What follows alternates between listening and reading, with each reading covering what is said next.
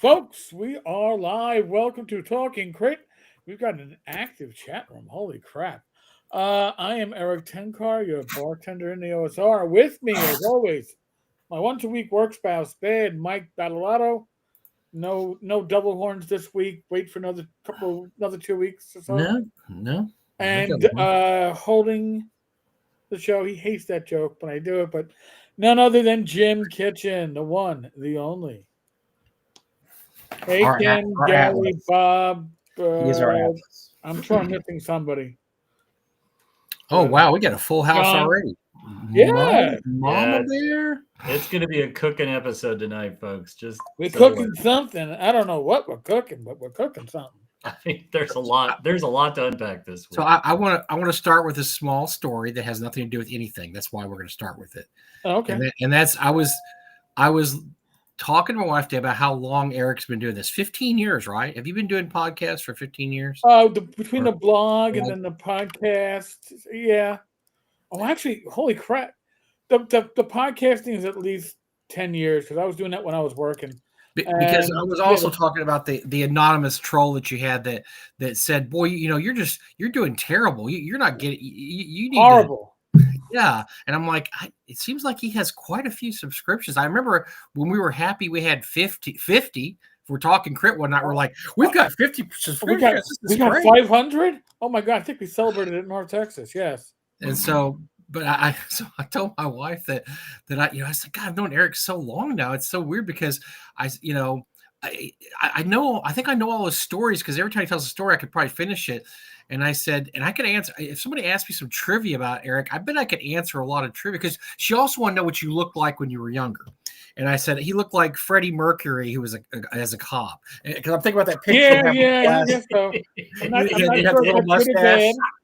It's great, Jim. You gotta see this picture. Freddie Mercury in a cop costume, and yes, and that being Eric sauntering through New York City. Oh, it is hilarious. But I said if they asked me a question, which HBO special was Eric in? I would know because it was the Hookers of Hunts Point. All right, hold on. I was never actually in the Hookers of Hunts Point. Oh, okay. I thought you. But I knew many of the hookers that were shown in that video. And by the way, you were Hunts Point. You were chosen in the biblical sense. Right. Oh no, I knew them in the hey, put your hands behind your back. You know the deal. Whoa! Again, you didn't know them. I'm putting jewelry on you. Bring them back to the station house. You need to use the non-cop terms and say things like, "I put them in handcuffs." Oh, I'm sorry. To arrest them. So anyway, so Christy, my wife, says, hey, "Is there any way we can see that video?" And I said, "I don't know." So I did a little research. HBO took it off. They took it off their system in about 2010 because they got complaints about it because it was too graphic. And so it's not viewable, Eric, anymore, except you can go on Amazon and buy a DVD. You want to know how much that Amazon DVD is, Eric? It's $2,000. Holy shit. Because, well, I'm sure it's an algorithm and there was only one copy. And so somebody probably did. I'm sure highest price too on top of that. Yeah. And so you can, and so it's not worth $2,000 for me, Eric, to get that for my wife. And plus, if you're not actually in it, I don't want to get it. So I'm not in it. No, if you're not in, okay. So you were only Hunts Point adjacent. You weren't actually. Well, I was in Hunts Point, but that was filmed before I got there on 90. Oh yeah, like 96. I think it was 96 or 90. Yeah, so I was in the academy in 96 when that was being filmed. But okay. It was like a training film. When we got out there, they made us watch it, and they're like, "You're going to meet a lot of these women." Like, yeah, you can have. Could you autograph it? I mean, I saw you at Hunts Point. Can you autograph my memo book right here? I need a scratch right underneath my left. So that's our ode to the Hookers of Hunts Point. And Eric's where he used to troll. He didn't troll for business. He was trolling for people to arrest. So. Yeah, trolling for possible. Okay, we have got to get off. We've got to get off and move. We got to get off this conversation. Move on. because this is just going to lead to disaster. Well, it's going to lead to disaster because we're going to talk about something called Beast Feast, and that's so that was a lead-in. I didn't realize where Mike was going with this. Yeah, see, it's all planned. It was all planned, Jim. It was all planned. Obviously, because we're going to lead into this week in gaming stupid. And I'm a little worried because WotC has decided they've decided to retire from winning the award every week, Eric. No. Listen. This is kind of like with the Ennies when WotC and Paizo said we're going to step away for a while because we're sweeping all the Ennies. We want other lesser people to win the prize. They'll come back. Don't worry. But fear not. There is a WotC licensee up this week, so don't worry. Oh God, yeah. There's still a little tangential WotC, but let's not discuss WotC. Let's just dive right into the main course. So Daggerheart is coming out. Daggerheart is the long-awaited Critical Role role-playing game. Now, Critical Role, as Eric did video this week, is the only gaming blog in the top 100 on YouTube, correct? Or the only? Yeah, it's the only gaming channel on YouTube that cracked the top 100. I think it came in like 92. That's still amazing. I mean, that's a gaming. We're talking D&D gaming, basically, and that cracked the top 100 on YouTube. I mean, that's crazy. But it's been a phenomenon now for a decade. I mean, it's still going strong. Yeah. So that when the OGL fiasco hit a few years ago, they piggybacked on that and announced that they were going to come up with their own game system, which makes sense. They were able to crowdfund a cartoon that was actually pretty good. I saw the first season. I didn't finish the second season, unfortunately. I couldn't get through the first season. I tried, man. It gets better, and maybe the second season does too. I got derailed in the second season, but they had a few $1 million, right? I mean, that was $8. Yeah, no, they and Amazon picked it up right after that. Yeah, and they had the second season, but I think that's all they've done is just 2 seasons. So, Critical Role, the big Matt Mercer, huge, gigantic mega hit, decided they're going to do their own role-playing game, and they had something called Daggerheart. And Mike, why did they decide they're going to do their own role-playing game? Well, because that's the smart thing to do nowadays. You're not going to hook yourself to WotC anymore. Right, because the OGL... WotC's a train wreck waiting to happen. The OGL, WotC wanted money from people streaming shows using their games. The OGL... So when all this happened, if you don't remember the onerous terms that WotC wanted to stick on their non-OGL thing, if you made over $750,000 on YouTube, you had to kick back a percentage. By the way, they had rights to everything you wrote. Remember that one? Oh, yeah. Where they had the rights. I mean, so if Kelsey had done Shadow Dark, they could have decided a year later, like, you know what? We don't really need Kelsey. Let's just keep Shadow Dark and boot her. I mean, it was awful. The terms were onerous. So Critical Role said, okay, well, we're not working with you anymore because they wanted to have licensees pay fees, and that which Critical Role at the time was running 5e. And so Critical Role is like, well, we're going to start running Daggerheart, and we don't want to pay you a cent. So do I get to do the movie trailer line now? I've been practicing the movie trailer line. Are you ready? Do it. In a world where theater kids get together to play D&D online, there's Daggerheart. There you go. So anyway, I actually did some reading up on Daggerheart because when I first read about it, I said this isn't something I'm gonna be interested in, and it's not. It's a story.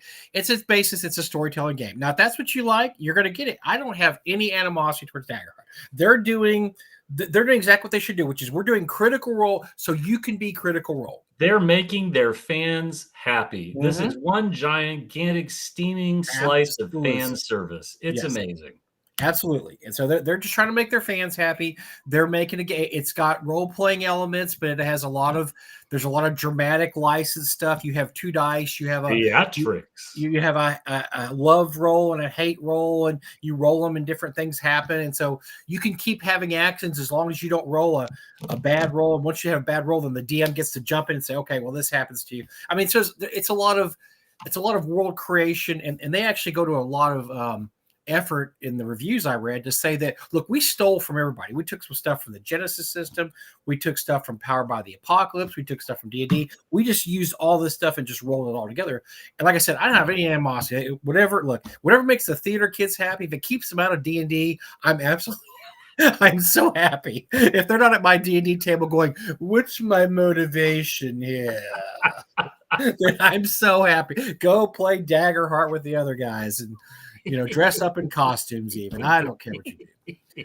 But they have, so one of the things they had though is they came, which I thought's a pretty good idea. They came with 6 ready to roll campaigns.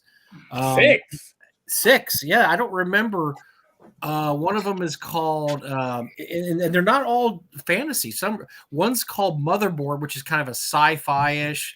One's kind of a post-apocalyptic. Wait, Motherboard, so not Mothership. No, it's called Motherboard. There's one's called something about Umbra. There's one called, it sounds interesting. It's called The 5 Banners. It seems very Game of Thrones-ish. There's these 5 countries, and they're about to go to war, and so they had some pretty good, I thought, settings, and you could just pick one. So you pick one and roll with it. Like, okay, we're going to do this one or this one. Unfortunately, it turns out one of the settings is called Beast Feast. Now, okay, the setting's about going into now this is not one I would really want to play. You're going into the wilderness and you're killing monsters. The name itself doesn't tell you. You probably wait. You're cooking. It's a cooking show. You're role playing a fucking cooking show. Once again, I'm not playing it. I'm not target audience. Whatever those kids want to do. Awesome. Imagine, if you will, Gordon Ramsay, adventurer, journeying into the forest, swearing at creatures until they die, and then coming back and cooking them. So it's based a lot on, what was that cooking show they had, Eric, for a while that just never really took off? Oh wait, the one on the D&D channel. Yes. My God. Yes. And so it's very linked to that. But the most unfortunate part was just the name Beast Feast, because apparently. Let me tap in real quick. Okay, go ahead, Jim. If you're going to create an intellectual property, here's a lesson at home for the kids. If you decide to create an intellectual property and you're like, "Ooh, we have this cool IP and we're going to go forth into the world and so on."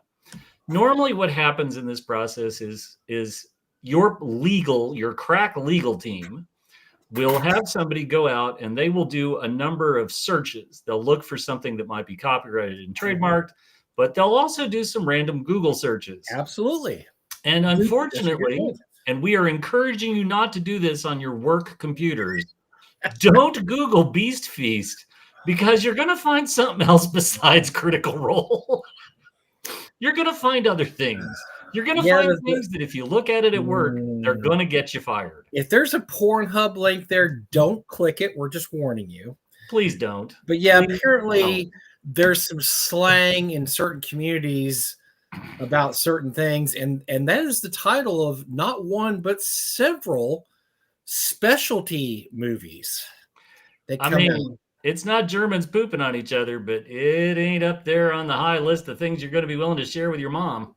No, probably. You shouldn't be looking at it on your work computer as your boss walks by. That could be a fireable offense. Yeah, just take our word for it and give it a pass. So they got caught. They got caught with their pants down. They get caught with their pants down.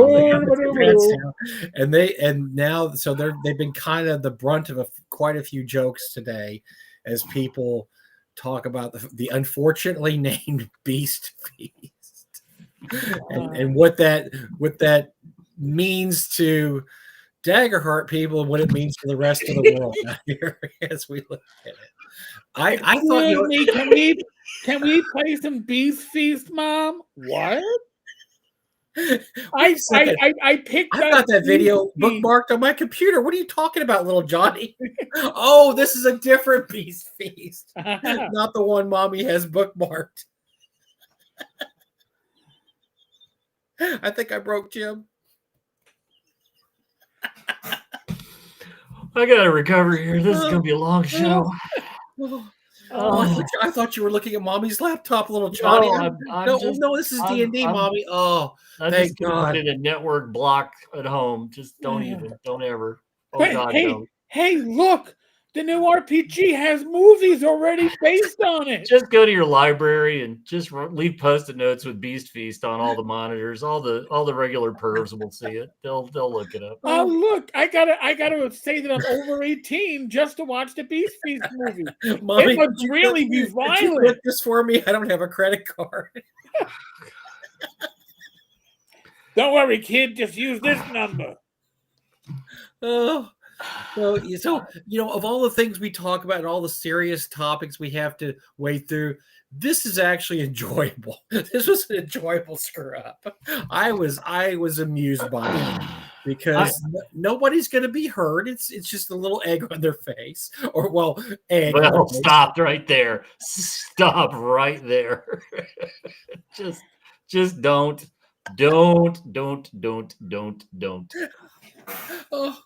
Oh. You got a Beast Feast in my satanic panic. God. Oh my God. But Ty is right. It does suddenly make the satanic panic seem almost quaint. You know what's really bad is that, like Jim said, this was so easy to avoid. It's so like easy. Yes. Don't get me wrong, though, right? Like, I'm afraid we're at the point of Western civilization where any two words randomly put together are going to be something on Pornhub. I think you're right. So, Jim. like, question mark is probably something I don't want to look up, right? Like, I just, nothing is safe anymore. But at the same time, you could have at least, I'm sure they can afford good attorneys. They should have run this through somebody to vet, and they didn't. Yeah, Monster Cooking School. I mean, that could have been the top. I mean, I know that the alliteration with God, I'm like, oh, Beast Feast. That's come on, right? I would have reached out to the Julia Childs estate, and I would have worked out a licensing deal where you would have made a half orc this sort of Julia Childs character, and she could have been like, oh, the giblets, right? The whole 9 yards, and it would have been great. Yes, but that's not how it works. No, not how it works. Anyway, but so Daggerheart, there was N-World had a review. I read a couple of reviews. Like I said, I don't think it's my cup of tea. But I think it's going to do okay because I think there's a market out there for it. It took so long from conception to actually come out. It took 2 years. I was a little worried that like an elephant. Yeah, it took a while, but it seems like it's probably coming out at a good time for that. And I don't even, there's some people pushing back about pronouns and so on. And come on, right? This is targeted right at their audience, and their audience is going to be fine with this. And all of us who are tangentially, of the three of us, I'm the only person in the conversation who hasn't seen a single second of Critical Role. Right? I've dodged this phenomenon. I've seen it from a distance. I've seen the stacks of books at Barnes and Noble that didn't sell. I've seen people reference this. I've heard all about this from other people, but it's not my thing, right? So I'm happy that it's out. I'm happy that people are getting product, and I'm sure it will do fine. But come on, right? I don't think Critical Role is getting as many people watching it as it was 4 years ago, 5 years ago, however long. Well, it's a COVID thing, right? Look, it was another entertainment venue that benefited from COVID because everybody's stuck inside all day, and somebody on a chat somewhere watched Critical Role. They told 2 friends, and they told 2 friends, and so on and so on and so on. And pretty soon, Critical Role is blowing up everywhere because everybody's stuck inside with nothing to do. And there's 800 shows of Critical Role. Let's watch, and they're all actors. I tried to watch the live action Critical Role. I lasted less than 10 minutes before I tapped out because it reminded me, not in a good way, of listening to the 12-year-old tell you about their favorite game session. That's been my reaction. And I don't really want to see this. Now, the cartoon was more like a cartoon about the characters as opposed to. Yes. I don't need to see the fourth wall they talk about. Like, these are people playing characters, but they're really playing people playing characters. because it's all scripted. I don't need it. Well, and the difference between a cartoon is you have to have storyboards, you have to have a script, et cetera, Right. et cetera, et cetera. And again, having not seen a second of it, my worst fears are that the theater, the students I knew at Marshall University who are in the theater department, I'm afraid that this is going to be like the best of the worst of the theater kids. Mm-hmm. And I did theater. I don't need to do any more theater. I'm good, but I can only imagine how irritating that was 30 some years ago. I can imagine how irritating that would be to me now. And I'm all good for clever improv. I'm all good for that. But it just doesn't strike me as being my thing. And that's okay. My big problem, I watched a few episodes. My big problem with it was, and I've seen Acquisitions Incorporated. Actually, I've seen it live. I saw it live at PAX one year, and they did a great job. They do a great job live. Live is probably the way to watch it because they were hilarious. But it seems to me that the dice rolling part doesn't really have an effect. It's more, here's our script, and we're going to get to this point no matter what you roll. You could all roll ones all night long. We're still going to end up in this point. And that was my problem. It didn't seem like there was any really character agency except what you were talking about and what you were storytelling gaming. The actual dice roll aspect did not seem to have a big effect on the actual game outcome. So, kind of like Dragonlance. Yeah, the what was the Dragonlance obscure death rule where if you die but you're Caramon, you can't really die, so you'll come back next session and say you fell off the cliff and you fell into a lake and blah blah blah. And this is the same thing, is that they kind of had a goal they're going to go for, and it's just how we're going to get there. And Matt Mercer spinning the tail, and they're all trying to conform to his tail. Nobody's saying, no, we're going to go do this over here, Matt. You go have your fun here. I don't care what you say, DM. No, they were all trying to work their way in. So I think that was, as long as that's what you're into and you just want to see people basically storytelling a game, it's great. But if you want to see people actually doing a real D&D play, it's not that. It's not a D&D play. It really isn't. I've seen some really good ones on YouTube where they actually roll the dice and things happen and they might get killed, but this is not that. Critical Role that does not do that. It is everything going. I remember there was a big oh my God, a couple years ago, because somebody actually died. Their character died, and that was just shocking because I'm shocked. I'm shocked. Do I look shocked? Because I'm they missed it. What was they missed every roll you could. I mean, the DMs let them. They rolled like 25 times, and they getting a 1 every time. And finally, okay, well, you're dead. All right. And then, we'll have to adjust the script later. Go to. Well, we got to cut. We got to rewrite this. By the way, Jen, my long gray locks. Oh my God! If we can do something at North Texas at the midnight auction to have somebody shave it down to like 2 inches, Revolutionary War veteran Eric Tenkar. I'm willing to auction that off. I got my cut. My hair. Mike has no hair. While Mike's going for low drag, high speed. It's Texas. It's going to be hot, kids. All you guys with long, shaggy hair are going to suffer. I'm telling you right now. Eric's going to suffer. He's going to be sweaty. I know I'm going to suffer.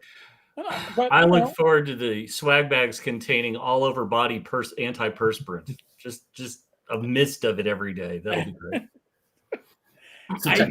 I bathe myself in the skeletal gel that we constantly get in our bed. By the way, just to get yourselves ready, it was 90 degrees today, or over 90. Excellent. So I wish tasted my own juice. High of 58 today. It's going to be hot, kids, in Texas, unfortunately. So, by the way, Ty said if Mike would turn down the lights, he looked like he's making a Talking Heads video. I don't even know what that means, but I get it. I get it now. The black, the head. Yep. All right. All you got is the head, Mike. All you got is the head shot.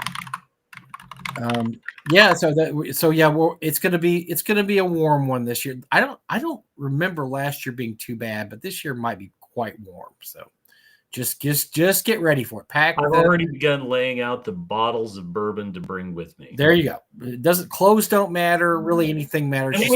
Get your liquor. And where's the whiskey tasting? I have never seen information about the whiskey tasting. Well, we just kind of throw it out there. I mean, I Invite know we're only. going to have one because Chris has the whiskeys. By the way, this year it's Texas whiskeys. It's all Texas whiskeys. I believe, as a representative of the great state of Kentucky, of the Commonwealth of Kentucky, I'm going to need to be brought into this, and I will be bringing samples of my homeland's finest materials. So. we have a general taste it all session afterwards. But this year I believe, like I said, I believe it's all Texas whiskeys, and he said I'm familiar with quite a few of them, so I'm going to be interested to see if I can guess them. It's usually in the auditorium, right? We have it in the big auditorium room. He goes, Gary said it's on the game grid.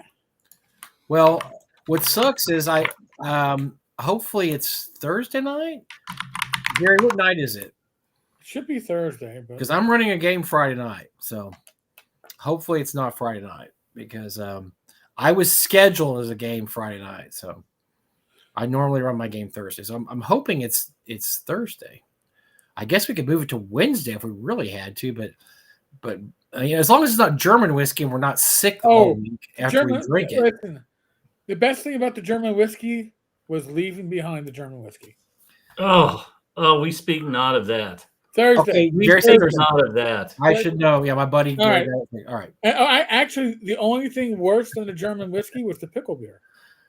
The German whiskey tasting should have been called the Airbrush Thinner tasting. Oh my God! I think Airbrush Thinner might have had a little more zing to it. I may have enjoyed that quite a little more. Ty. Airbrush Thinner was okay. So I just need to go on record, right? In a year or two, I'm going to host the Kentucky bourbon tasting, and we're not going to go with what did we find on sale at the 24-hour mark in Beldesgrad. No, it's going to be something completely different. Well, Chris usually does a good job. He had a rough year. Forgive him for the German whiskey taste. He had a tough year, but last year was a comeback. It was all bourbon. It was all bourbon. It was really good. This year's going to be Texas whiskey, so he's making up for his sins. It may take 100 years of not having German whiskey to make up for those sins. And by then, German whiskey might be palatable. It might be good by then. 100 years, they probably figure out how to make it by then.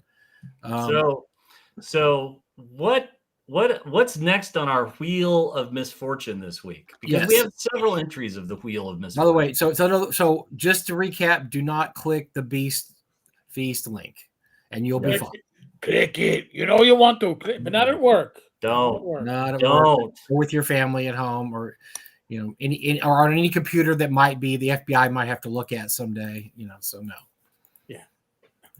What else do we got, Eric? What? Listen, we got it's dealer's choice, Mike. Dealer's choice. Well, we had how about Baldur's Gate 3 miniatures? That's another. Once again, that was a screw up, but it was a funny screw up. It's a fun, whimsical, hilarious screw up. Did you want to have your Baldur's Gate miniature look like it came from the Elephant Man? Well, kids, we've got some Whiz Kids pre-paints just for you. Eric, do we have some pictures? Because we should get some pictures. For once, I think I'm on the ball. So now that one, that's the actual character for the game. Well, you got to do comparison. By the way, the picture. So here's one of the problems. The pictures they show, they admitted were AI generated. They were not actual painted miniatures. And so you had an unrealistic vision to begin with, because people were looking at this going, wow, my miniature is going to look really kick-ass. And then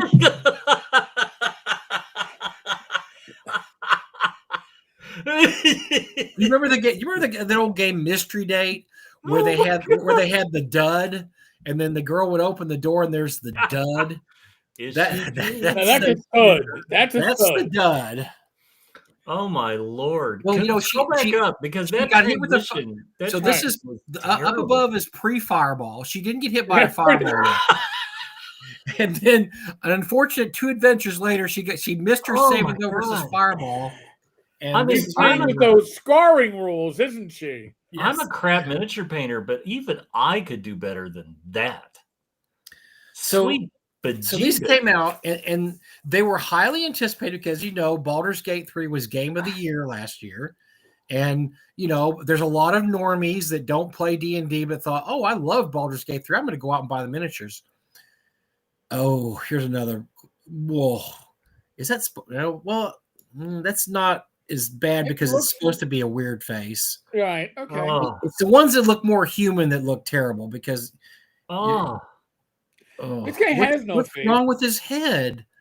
There's no face there. Yeah.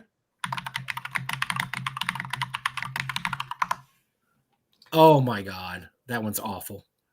That's just my. Yikes. Well, and I guess the problem is, let's be clear. See, now look at that. You could tell that is AI generated. Look at that. That is not a miniature. You can kind of look at it and say, oh, dork. My God. Dork. I mean, look at the beard. The beard isn't even straight. It's like that guy looks like he lives in a trailer in Arkansas. This looks like the guy at your local gas station that wants to grow a beard but cannot grow a beard. And he's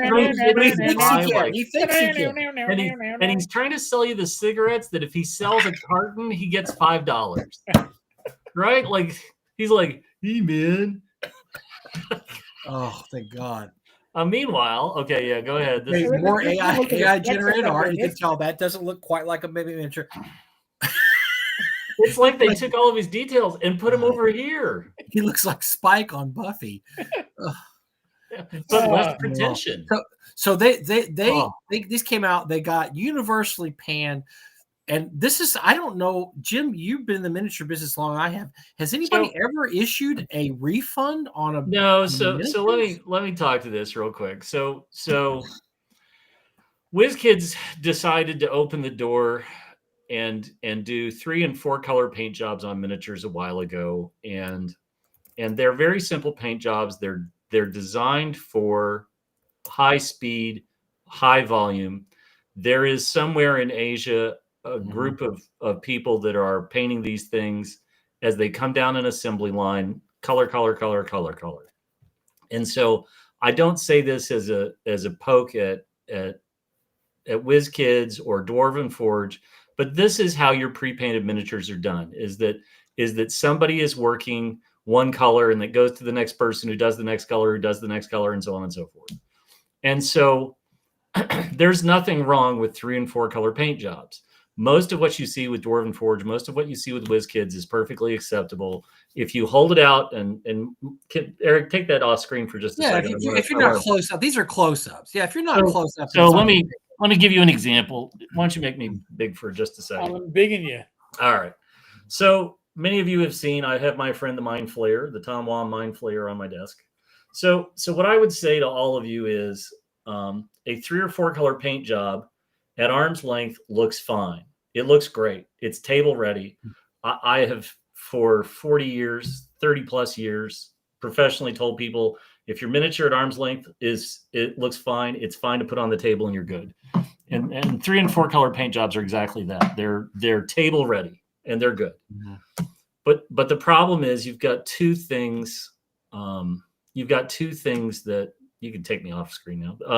You've got two things that really collided here. Number one is you have the expectation based on the images they put forward, and that non-reality, that complete figment of imagination, collided violently with what their painters could actually produce.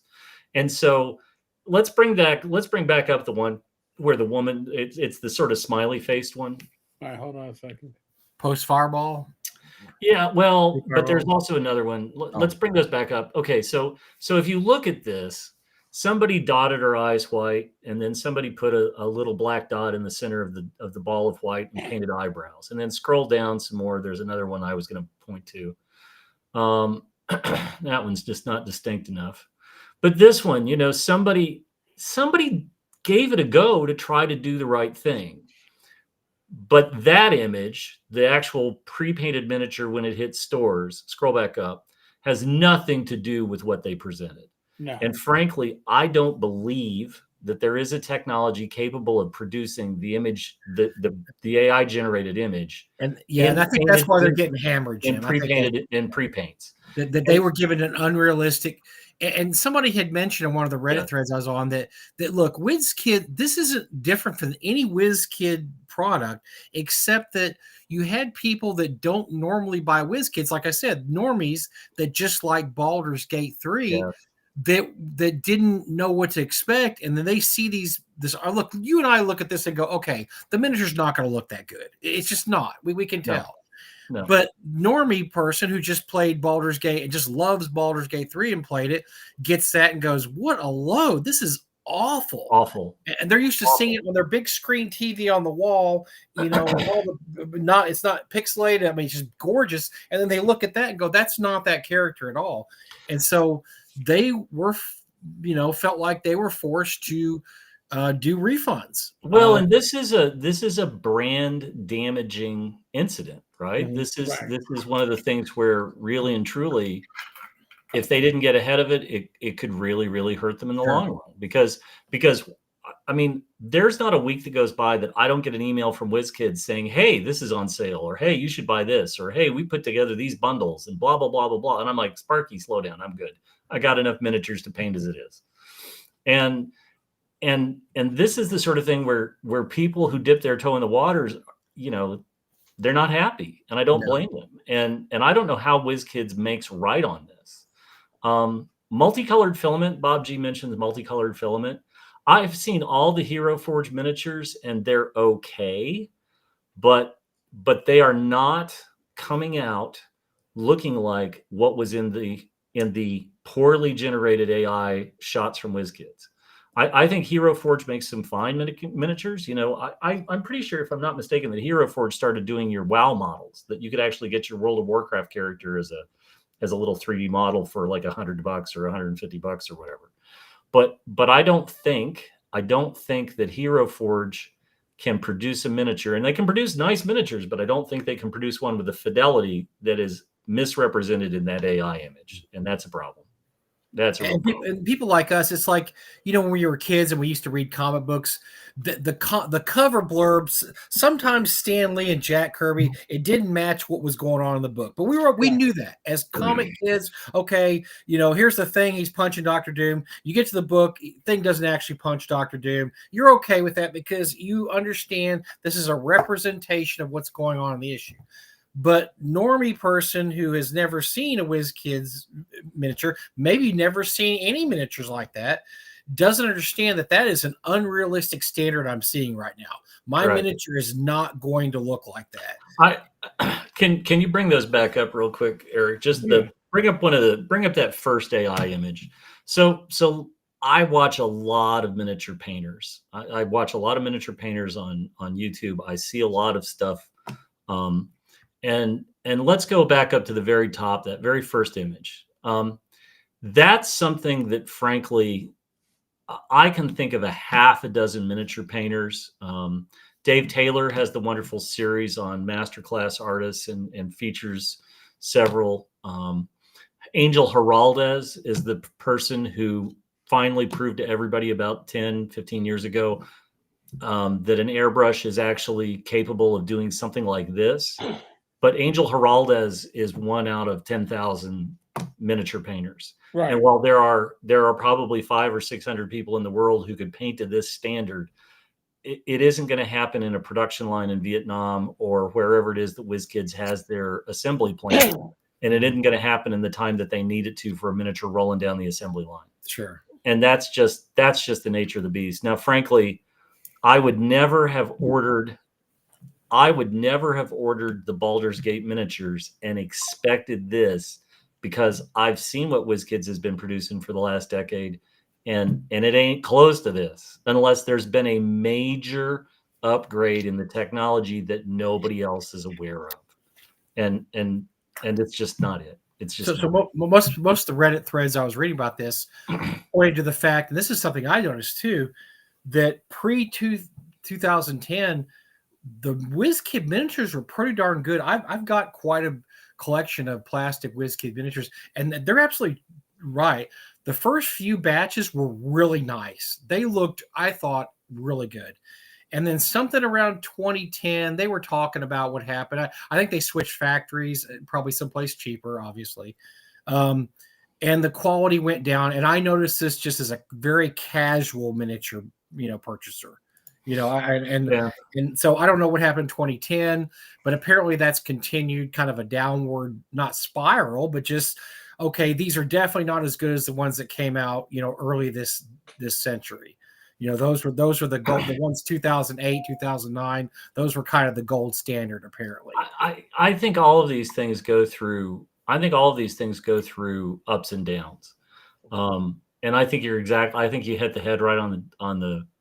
I think you hit the nail right on the head.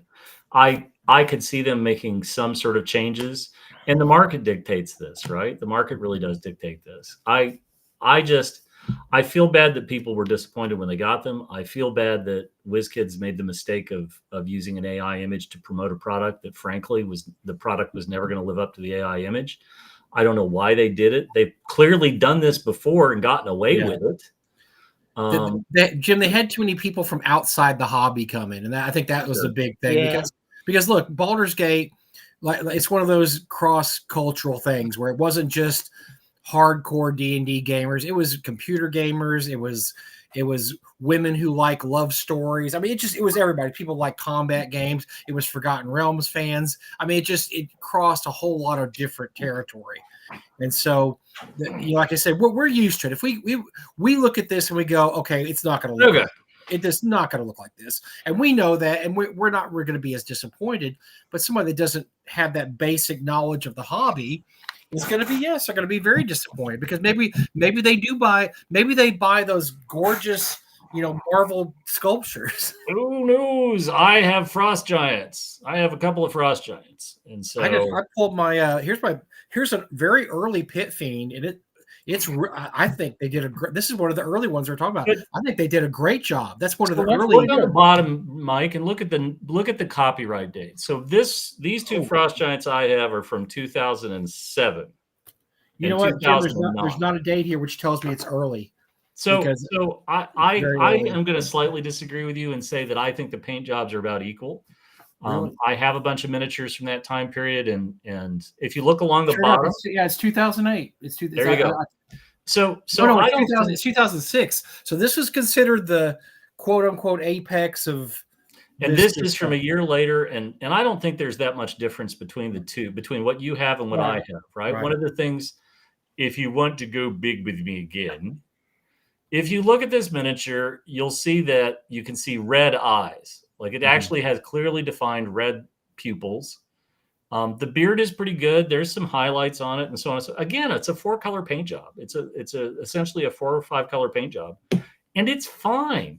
You know what? At arm's length, this guy rocks. These guys are. You throw him on the table. You throw the Pit Fiend on the table. My characters would be oohing and awing and say, "Okay, how are we going to kill that thing? How are we going to kill it?" Right? They're not going. Oh, I'm looking at. But once again, I think from 2000. Whatever 4 or 6 to 2010, I think you had a higher standard. The other thing is that remember that for the longest time there was just the blind box. Everybody was trying to collect them, and then they realized we've got all these molds. Why don't we just do the quote unquote primered line, which then opens up recasting those molds and using those to get more people into miniature painting, which I think is a fabulous idea. It's 110%. Yes, Kurt, we know. Kurt, this was the licensed product that we were talking about earlier. You missed the show notes, and so back in the corner you go. This is what happens when you don't show up early, Kurt. That's right. We move on. We move on. That's right. Bam. So now I do have an example of a professionally painted painting. Not by me, obviously. Oh, beautiful. So that was when Darcy Perry did the minis. That's the Tenkar mini. And Darcy had a professional do the paint job, and then he sent me a copy from Kiwiland. So, I mean, to me, this is priceless because I would never come within baseball parks of getting anywhere near this good, even when I was painting fairly regularly.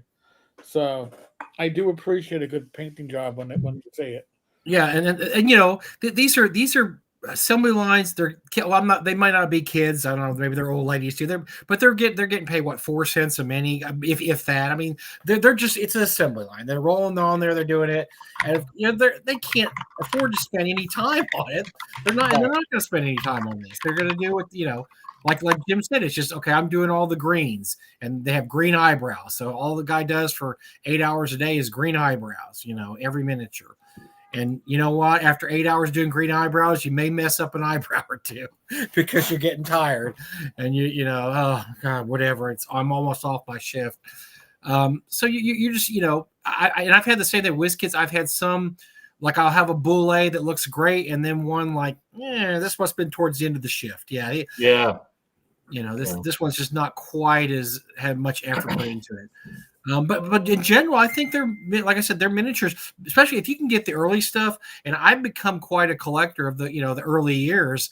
I wasn't at the time. I was like, oh, I'm only going to be lead minis. I don't really need this plastic stuff. And the plastic stuff kind of grew on me. I bought a few collections, and I was like, it's nice to have a plastic or a plastic purple worm that doesn't weigh 18 pounds, because the metal one is 6 pounds of lead, and it's just too big. So John Miller asked about Dwarven Forge. Dwarven Forges are primered. Then there's a base color for most of the like caverns. It's a base gray, a dark gray. Then it's dry brush with a light gray, and then vines are picked out with green, sometimes highlighted with a lighter shade of green. And there's also some brown. It's usually 5 colors, 4 to 5 colors. If you pick up a single tile of painted Dwarven Forge and look at it, you'll start to pick out, what colors they used and so on and so forth. And again, this is essentially base coating, dry brushing, and done, which is, again, tabletop standard. That gets your miniature on the table. It looks okay. You don't have to, you don't have to bear the shame of primered miniatures. And I have borne that shame countless times. It is what it is. So. Somebody let Bill Barsh in the room. He was just on last week. We already got it. We spent enough time with Bill. We don't need to pimp him anymore. No, I just think it's interesting because I remember reading this story, and I'm just thinking, I bet Jim would know this, or Eric. I don't remember a miniature company being so embarrassed by their miniatures they actually issued a full-blown recall. We've seen things before. Grenadier brought over. We used to actually joke and call them the Ivory Soap Marines. There was a box set of plastic Galactic Marines that they brought over from England, where the plastic was really sort of like the separation process. They were sort of oily, and they looked like they were carved out of bars of soap. And at first they wanted to call them Space Marines. And there was actually a solicitation. I think there was one solicitation for them, and Games Workshop was like, and they were like, oh, we'll call them Galactic Marines. And so they changed the name for the box set, and they did a one and done release. But every miniature company has had the mistake somewhere along the line. I think it's interesting when you look back at miniature history. There's always excitement for a product. There's always excitement and sort of blind. Come on, every industry, every creative industry, everybody's excited about the product. They have blinders, and once it comes out, then there's a whoopsie daisy. Well, do you remember? So Jim and Eric too. Do you remember when the first line of AD&D miniatures came out? The big square box. Oh yeah. And the first couple boxes were really, the miniatures, the sculpts were terrible. They were really bad. I had the Wilderness one because I was used to the Grenadier. The Grenadier stuff was great. You had the Gold Box series, but then they decided, no, we're going to do this ourselves. We're not going to. And I think it was Ralph Partha, right? And they had the boxes of characters, and they had some of the monsters, and they're just really bad. They're just very, very, very lackadaisical. I don't know what the word you use. Very just tame, just nothing interesting about him. Just there's a gnome that's a blob. He doesn't look like, and they got better. I will say the sculpts got better, but I remember buying that first box and being excited, getting home and unwrapping it, going, these are so much worse than Grenadier. These are terrible. I'm a big fan of the Grenadier Gold Box minis. I have 1 or 2 boxes left to find, and then I'll have a full set, and I'm pretty happy about that. My first miniature box set was actually the Hirelings, was the Gold Box Hirelings, and I still have it. Um, I think one of the things that was very interesting, miniature companies tend to be fairly, in their own little space, right? Grenadier had it tough because they had been printing money, absolutely printing money, and then lost the D&D license. Ralpartha has always had sort of ups and downs and ups and downs. Rapham, we lost Rapham a few weeks ago, but Rapham was just sort of plugging away and plugging away. But all of these miniature companies had really great sculptors that put them on the map.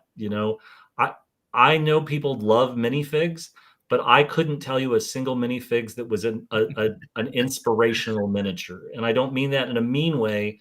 I just, so much of it was just misshapen garbage. But like Heritage had some absolutely amazing sculpts that were really evocative when you compared them to Grenadier or you compared them to Well, you know what, Ralph. Jim? I think some of the early Heritage sculpts weren't that good. They got better. I think Heritage is one of those companies that got better because I have some early Heritage sculpts. I don't think they're very good. I think they got by the 80s. They were really nice. Absolutely. Everybody started to figure out what they wanted to do in the medium, and the Dungeon Dwellers line was spectacular. I just remember really and truly all the principals that I knew at Games Workshop who had been through Games Workshop in the early 80s. I don't mean like the Warhammer 83 to 85, starting in there.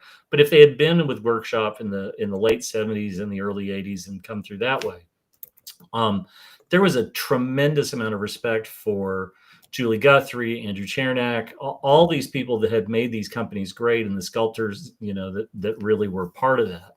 And I think the thing is that WizKids at heart, under terrible paint jobs, has some amazing, truly amazing sculpts. I think some of their D&D line are they have the Pathfinder license, they have the D&D license, they're making great miniatures.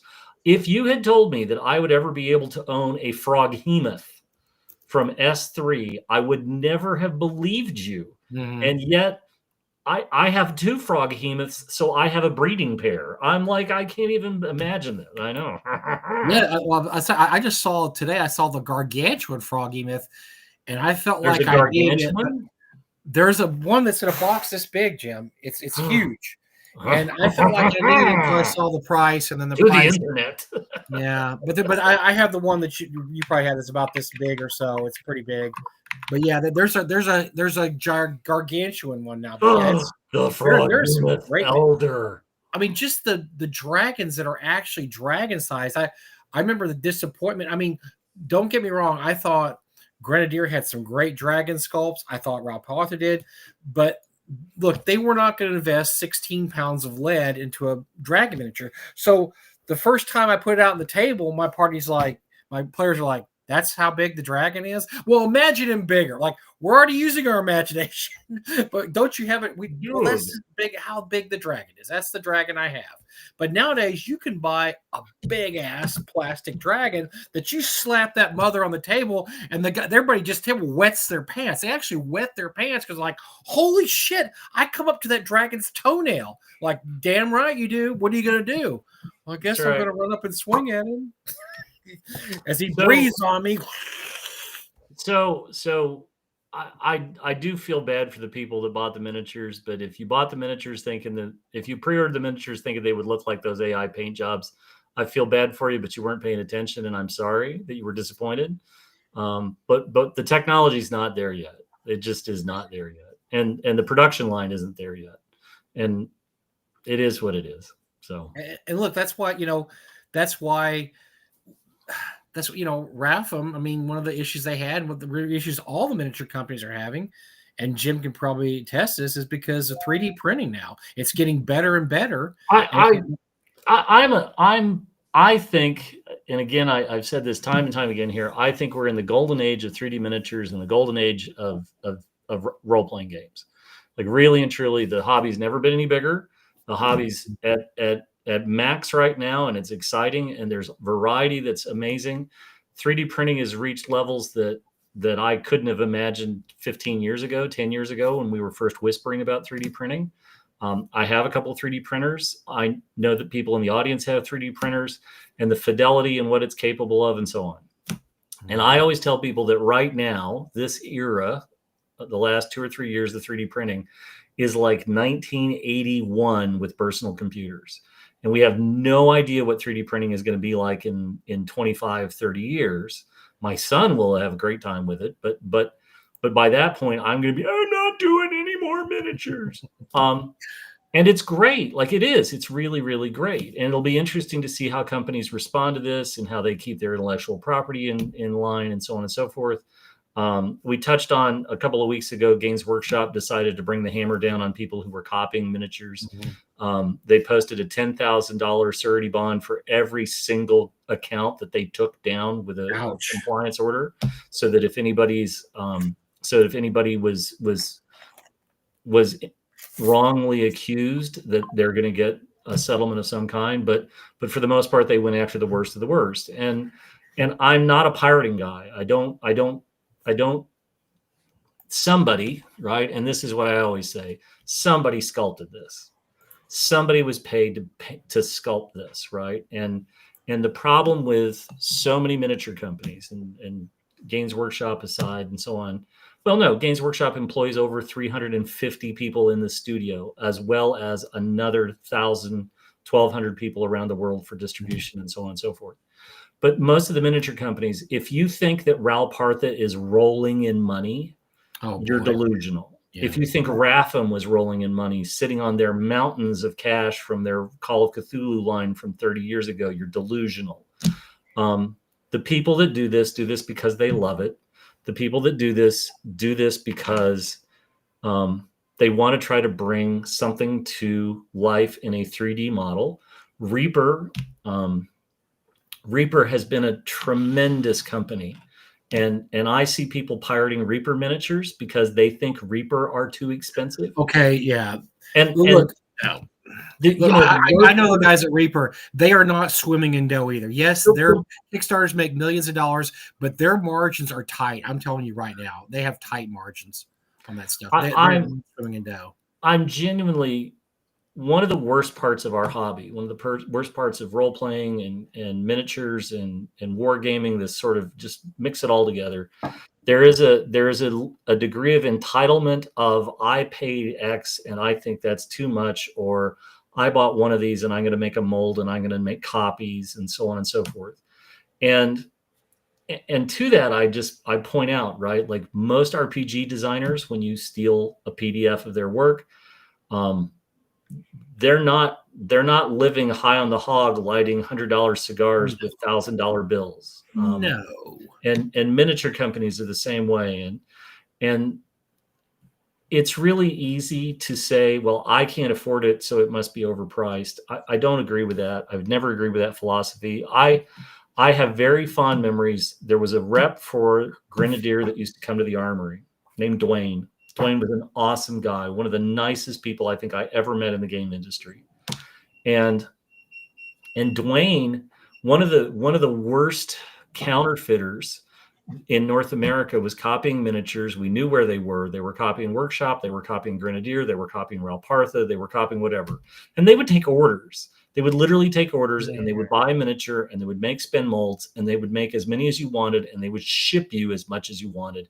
So guys who wanted 350 of the exact same pose could get this from somebody without paying Ral Partha, Grenadier, whoever. And we knew who it was, but you'd watch Dwayne talk about this, right? That you have to catch them. You have to trap them in an order, and they're cagey enough to avoid this, but they show up and so on and so forth. And 30 years ago, I was watching a guy talk about, I'm not sure how this is all going to go because we can't keep up with counterfeiting and so on and so forth, because Grenadier couldn't afford to fight it. Grenadier couldn't afford to go after them. The lead band scare in New York State in 1993. Somebody was talking about it today, where the legislation was introduced in December of 92. Well, it finally became a thing in the spring of 93, and all the miniature companies in North America threw money at a lawyer to try to fight this. And I remember that there were miniature companies that couldn't afford to pay cash what all the companies had agreed on, right? Like I think the amount was $3,000 or $5,000. And there were companies that writing that kind of check to a defense attorney for the industry was going to be threatening payrolls, and that's a problem. That's a big problem. So anyway, let's move on. I'm sorry. No, that's good. There was like I said, another screw up, but not one that you just like going, oh my god. You're just kind of like, okay, haha, that was funny. So, it's good to have people screwing up and not having it being life or death situations, and being more like, oh my god, what were they thinking? So yeah, absolutely. I would much rather have this than an OGL scandal. Believe you me. Thank you, but no. Eric, what else do we got? What else do we have this week? What else did you do a video on this week? What else did I do a video on this week? Yes, you did a lot of good videos this week. I watched some of your videos. I don't remember what they're about.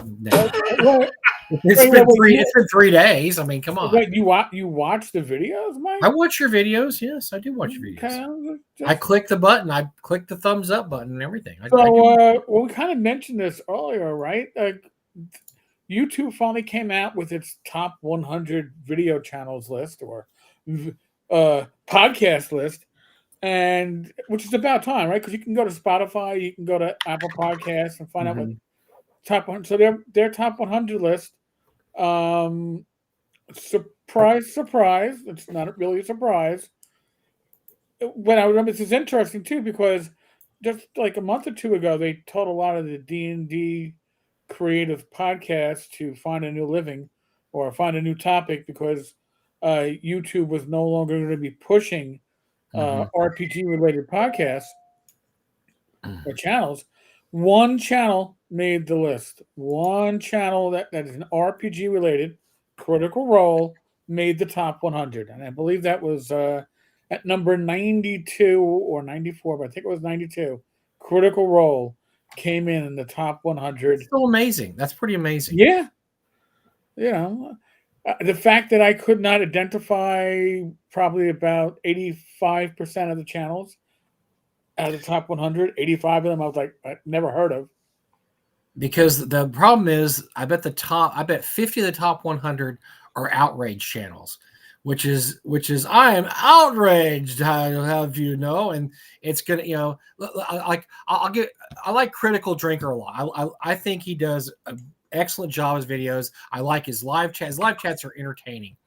But a lot of what Critical Drinker does is outrage video, right? Yeah. He hates probably 80%. He loved, by the way, he loved Andor. He thought Andor was great, which I got to catch up on that. I love season 1. Season 1 was he liked Andor a lot, but most of the time, Critical Drinker is just absolutely bashing The Last of Us or Snow. Go away now.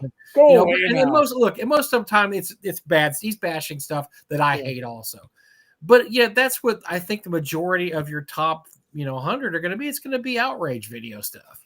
I can't believe this is happening, and it's going to have clickbaity titles, and the world's going to end. And that's going to be your top whatever. So we probably haven't heard of those, Eric, because we don't watch that kind of crap. I have better things to do all day than watch people screaming at the void, doing the munchkin. I can do that myself. Yes, I have better things to do. So no, we're not plugged into that world as much as some people I know. Now, I do know, people that's their YouTube video watching all day. They just go from one to the next, and good for them, So I wonder where I think Critical Drinker has some crazy amount of subscribers. I wonder if he's in the top 100. I don't believe he was. Probably not. I recognized a few channels. I don't know why Tim Pool got 2 of his channels in the top 100. I liked him when he was like on the ground in like Norway like a decade ago, right? Reporting, but now it's just I don't know. He went too commercial for me. No way. He's the man now, man. I don't like watching the man. No, it's really interesting because we talked about this before. That the guy who retired his channel a while back, and I'm sorry, I can't remember the guy's name. He had a decade-long channel about D&D, and he retired it because they pulled him into the YouTube office one day and said, "Look, we just wanted you to know we're not going to promote your videos anymore. They're going to fall off into the darkness. Mhm. So what do you plan? What's next? What's next for you? And the guy's like, what? Like, no, you're done. You're done. We need to know what's next. And so he had two good ideas they liked. One was a history blog about where he and his brother traveled to different ancient battle sites. Mhm. Sounded pretty cool, actually. But they were nothing to do with D&D. The other idea, I can't remember the other one, but it was completely off D&D because they told him, look, you had a great run, you had a decade run, but there's nothing new you can talk about. And your algorithm, once it starts going down, doesn't go back up. It's just a slow, steady decline. And Professor DM talks about this a lot when he takes flack for having clickbaity titles. And look, he's been very open about saying, look, I do it on purpose because if I have, if one video a month if it's the one that says this is the end of D&D, you won't believe what happened next. He goes, that pays for my whole month, and that gets 10 times the viewership of all my other videos, and everybody watches that, and that's what keeps this channel alive is that one clickbaity video every month where I have, really crazy claim. And then of course the video is not necessarily about that. It's just, that's his title. And who's the Irish chick? She does that all the time too. Dungeons and Discourse. It's Dragons and Discourse. No, I can't I remember. know. I know. Yeah. I like her stuff. She does this. She gets me. I go like, she does the same thing. And I'm like, oh my God. And of course Rachel likes watching her because Rachel will comment on her lipstick. Oh, I like that color that she's wearing. It's like, I don't think that's the point of the video, but thank you, Rach, for getting me. But she does very clickbaity titles, and yes. But I mean I like her stuff. Okay, it's fine, She's entertaining. It's all right, but she's she's definitely is feeding into this algorithm that I've got to keep and that's I think the problem with a lot of them too. Once you start pushing that envelope, you got to keep pushing it. You can't, like Professor DM's talked about that. He can't not do the one clickbaity video a week or a month or whatever he does, because then everybody's like, wait, and channels of that size do certain videos to drive the traffic to allow themselves to do the videos that they want to do. I just do absolutely, yes. We want to do, and I'm happy with that. I'm happy with the growth that we got, but when you're not making much, I'll be honest, folks. Members that join the channel and put their $1.99 a month in are what drives it. I don't make money on the advertising, trust me. Google advertising is not going to pay my electric bill, or I don't know what's my lowest bill in this house.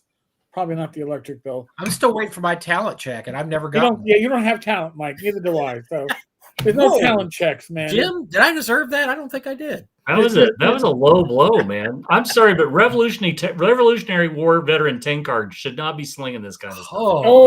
I say so. I say. Are you saying that I could wear my own Johnny, wig? Take a step back, Johnny Tremaine. We've had enough out of you.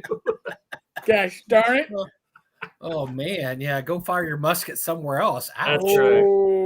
That would burn. Wow. But and then you have like one of my favorites for the wrong reasons is Clownfish, because they're clowns, because they will cover. They without fail will cover an event and absolutely have no understanding of what they're covering, and do a whole entire hour show long video on something they know nothing about. But that's their whole modus operandi of the Gen Con when Gen Con had their channel. Oh my God, that was, I don't know. I think there may be some Gygax brothers. Maybe they're. I don't know. Are they? Did we ever tell Jim about this? Jim needs to know this whole story because. Oh my God. Yeah, the Clownfish were the ones that when Ernie was saying unfortunate things years ago, they weren't sure who was his brother. They think he had a brother, or maybe a sister, or I mean, it was the most basic. It was like basically Wikipedia 101. Yeah, it's like is Alex his son? They were very confused, but they were so knowledgeable without knowledge. It was, but what was funny is that not too long after that they canceled that. Gen Con canceled that part of the channel. It was like, yeah, because you can't, because Luke, but the scuttlebutt and Luke, if you're listening, you can either thumbs up or thumbs down this. Apparently, Luke very angrily called them afterwards and said, yeah, how does people doing a Gen Con channel not know who Luke Gygax is and that I'm Ernie's brother and Gary's son? Because they didn't know. They did not know that. And so that was the rumor we heard. And then they soon were retired after that. It's weird. Yeah. They suddenly didn't have a job after not doing the most basic oh Right. my God. Okay. All right. Clownfish is oh dear God. Oh my God. Really? Do we really need this? No. Has anybody asked? Nobody asked really for this. care, and that's sort of where I just think it's too easy to get caught up in the dumb, and I had somebody today who was like, the New York lead bill was in December of 1992. And I was like, no, it was 1993, and it was the spring. And I know because I was there, right? I was literally there. Other than that, you're right, yeah. And it might have been put into the legislative mix in 92, but I know I talk a lot on this show. I do. I try not to talk about things I don't know about. I don't know about Critical Role. I've never watched it. So I'm not going to talk about Critical Role. I know a lot about miniatures.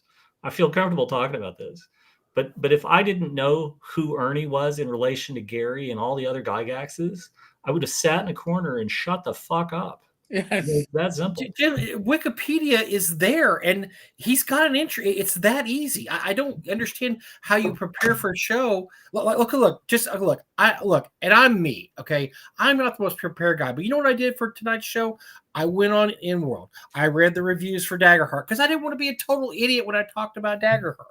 You know what I'm saying? So I actually did the most basic research. I went to InWorld, read 2 reviews, read some Reddit things. Okay, I felt like I at least had enough knowledge not to embarrass myself.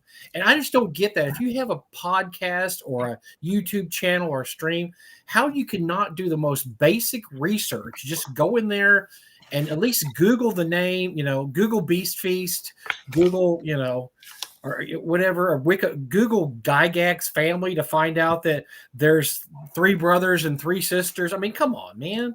Just do the most basic research here. But that's beyond some people, right? Like that's just not going to happen because they don't understand that. Well, they don't get the concept, right? And it's not our job to lead them there to do it. It was like 3 or 4 hosts, and none of them had any knowledge. Ignorant. No, they had. It was like, which is fine if you're not going to. If somebody else brought it up, like, oh, one of our viewers wants to know about Ernie Gygax. No, they brought it up. If you bring this topic up, have something about it. They did a segment. It was one of their segments, and they did a segment on, have you heard the stuff that Ernie Gygax said? Now, was he Gygax's only son, or was he a brother? I mean, they were just speculating. I'm like, oh my God, this is so embarrassing. They're the Gen Con channel, and they're speculating about who the Gygax, the person who started your freaking con. You should know the basic knowledge of where your origins are. We're giving these people too much air. We are. Move on. It just blows my mind, though. It really blows my mind. Well, here, Jim, I'm playing catch up this week, but I'm playing catch up from more recent to older. So I watched the Goodman Games video. Oh yeah.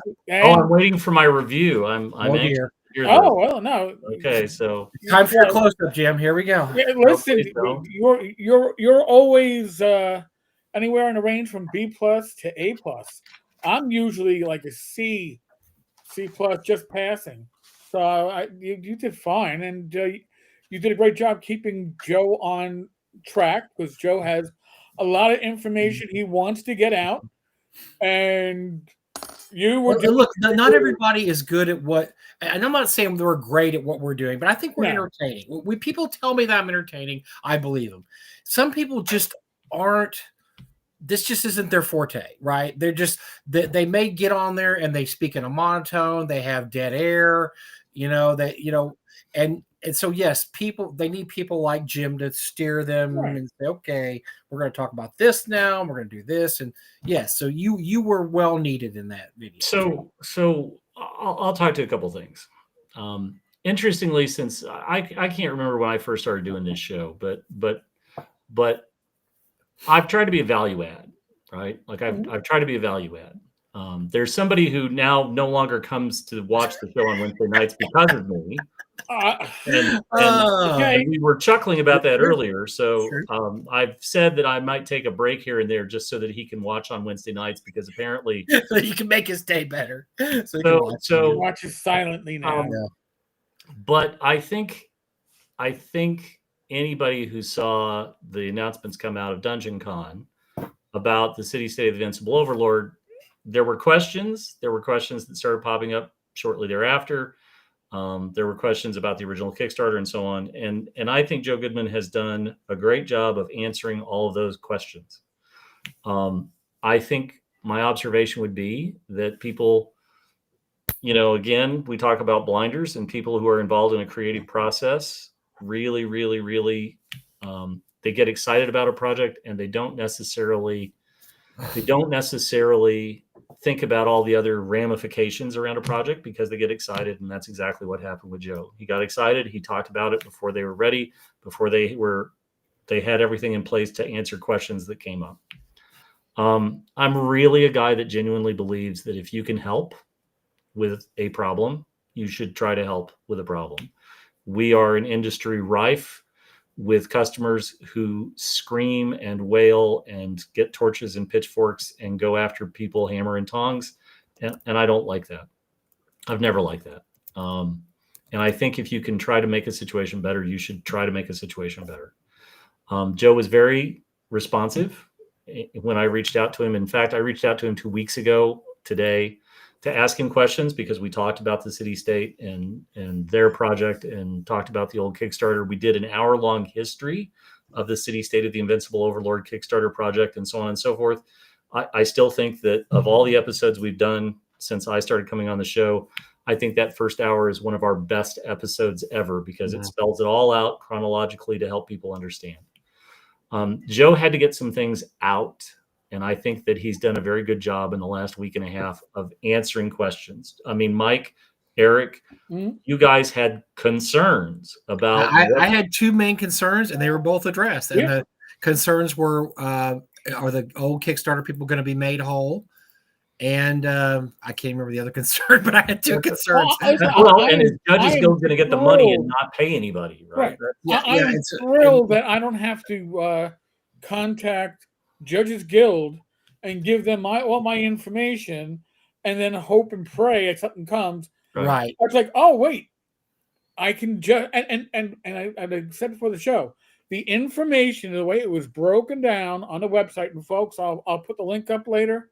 Or actually, I'll put the link up in the chat now, but I'll probably cover this later, is awesome. And I feel so happy, and you're in good hands. Well, and come on, right? Like, I think Joe Goodman is now in he's got only one other person in the company that he keeps, which is, I'm going to rescue a failed Kickstarter and I'm going to make it better. And the only other person that's managed to do that is Steve Chenault.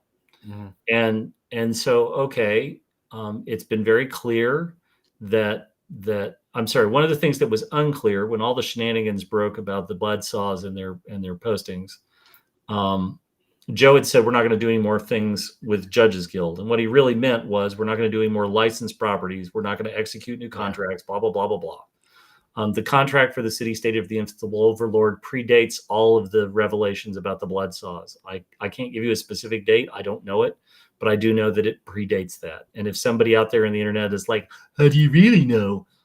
I don't have an answer for you, because there are actually things called contractual obligations and non-disclosure agreements. And I don't work for Goodman Games, so I'm not flipping privy to the contract, but I trust Joe Goodman on this, because Joe decided to do this project to try to help make the Kickstarter backers whole. And I applaud that, because really and truly, he sure as hell didn't have to. He could have just killed the project. And I know that Joe thought about killing the project at one point. And I don't mean like 2 or 3 years ago. I mean, like a couple of weeks ago, because if the piece of the backers of the original Kickstarter being made whole wasn't going to happen, the project wasn't going to happen. I'm pretty confident of that. Now, Joe can dispute that, but having talked to Joe a number of times over the last couple of weeks, I have no reason to question his character, and I have no reason to doubt that if push had come to shove and the Bledsaws had been like, "You can't do that. We want all of our money. We'll pay it out," Joe would have said no. And that was my other concern. I remember my other concern was that they don't make any money off this. I had some concerns, and so he addressed both of them. He addressed both of them, and that's great. Unless there's a major change of some kind at Judges Guild. Now they've announced that there's a big announcement. They've started making posts that there's a big announcement coming on Judges Guild on Friday. I have no idea what that is, but whatever it is, the Goodman Games version of the City State of the Invincible Overlord is going to include things that have never been published that Bob Bledsaw Sr. and Bill Owen wrote. It looks like it's going to be an archival, updated treatment of what it was. I think if you love Judges Guild, you can back this project on BackerKit. You can receive this project, and you can know that the percentage that was supposed to go to the Bledsaws is going to go to making people whole on the Kickstarter. And let me say one more thing about that. If you know anybody that backed that Kickstarter, please, please, please tell them to file a claim, because the earlier you file the claim, the sooner you're going to get your 10% discount off the new project if you want it. Right. And the goal is to try to run down all 965 original backers so that at the end of the day, there's no money that goes to the Bledsaws except pennies. And I don't expect that to be the case. Out of 965 backers, my guess is at least 30 of them are dead because it's been over a decade. Yeah. And so whatever that amount of money is, the whole point of this is just to try to make sure the backers are made whole. So please, if you know anybody that backed that project, make sure they file a claim. The directions are on the Goodman Games website. I think the process is pretty clear. They walk you through how to find your backer number and the amounts and so on and so forth. It's all very straightforward. If you spent the money, you deserve. Yes, you deserve it. If you spent the money those years ago, you deserve it. You deserve this. So don't just say, "Well, I don't care anymore." Just go ahead and put in for the. Because up until 3 weeks ago, all you had was anger and a loose promise of a refund at some point. And now you actually have somebody who's putting concrete steps into place. I'm sorry, Jim. I was going to say, this is one of those projects. This is and we talked about this a few weeks ago. This is a historical project, and it was the first fantasy city released for RPGs. Third fantasy campaign. It was Greyhawk, Blackmoor, and then Judges Guild. It's the first campaign city.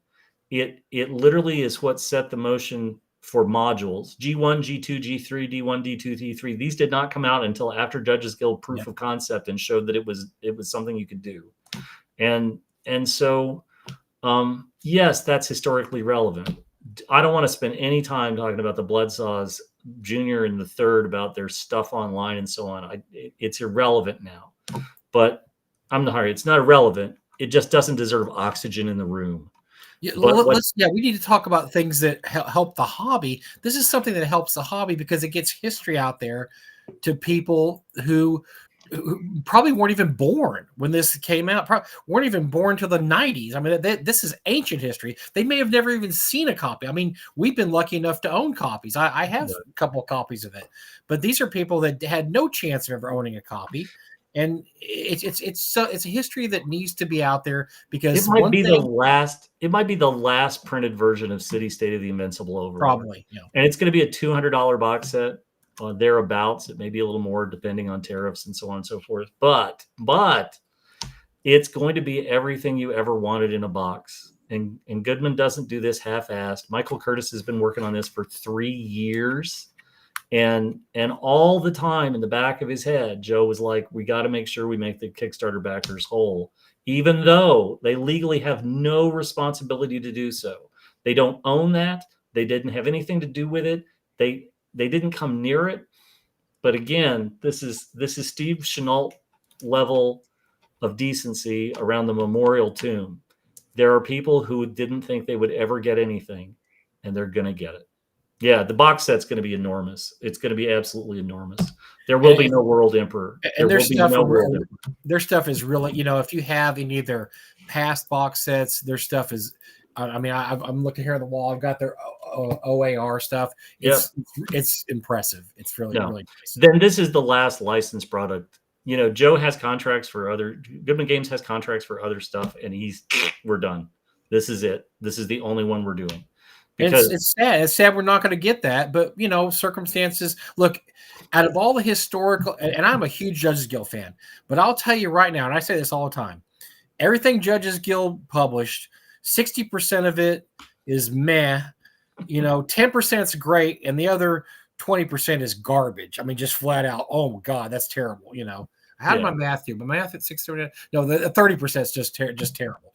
And all the good stuff has really been, at this point, you can find a reprint of it. Of course, all Janelle's stuff, the Thieves of Fortress Madagascar, Citadel of Fire, they've all been reprinted. And now with this, that's pretty much the last really amazing thing they did that you just and there's going to be the maps that came with the original City State of the Invincible Overlord that fit with all the other maps, and they're keeping the sepia tone. They're going to be amazing. And what's unfortunate is in the category of what could have been, is we could have had a full reprint of the maps. We could have had and that's just going to go by the wayside. And so, this is one brief shining moment, and then it's going to come out. And Goodman, God love his heart, he's worked out with Backer Kit. They have the big red button that's going to hard stop the campaign. Oof. If it approaches, now for it to be an $850,000 or 800, I think it's 830 once you factor in all the discounts and so on.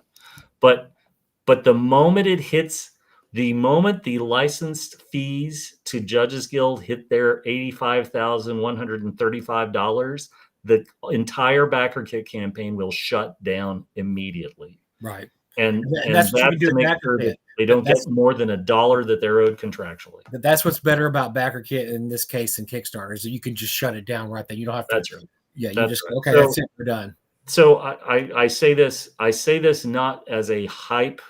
I say this as somebody. If you are interested in backing this project, if you are interested in knowing that 10% of the dollars you pledge will go towards making the prior Kickstarter backers whole, you should look to back on day 1 or 2, because I don't know how long the campaign will last.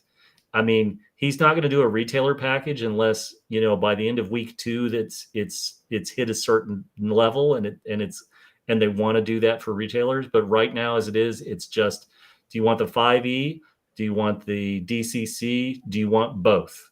And those are the 3 levels, and that's it. And there's no after sales. There will be no trail of PDFs. It's just one and done. And, I mean, it's sad, like I said, I'm a huge Judges Guild collector, but do we have a pressing need to have a reprint of Glory Hole Dwarven Mine? No. Which is regrettably named Glory Hole Dwarven Mine.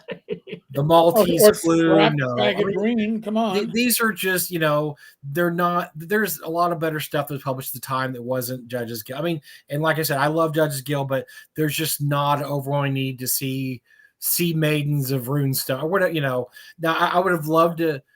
There's a couple of things that I liked growing up. Verbosch was the town we used when I was a kid. I liked it. It's not great, but it's cool because once again we talk about this. TSR didn't come out with a city until they did City of Greyhawk in 1989, and by that time Judges Guild had like 5 of them. They had Verbosch, they had Modron, they had a lot of them.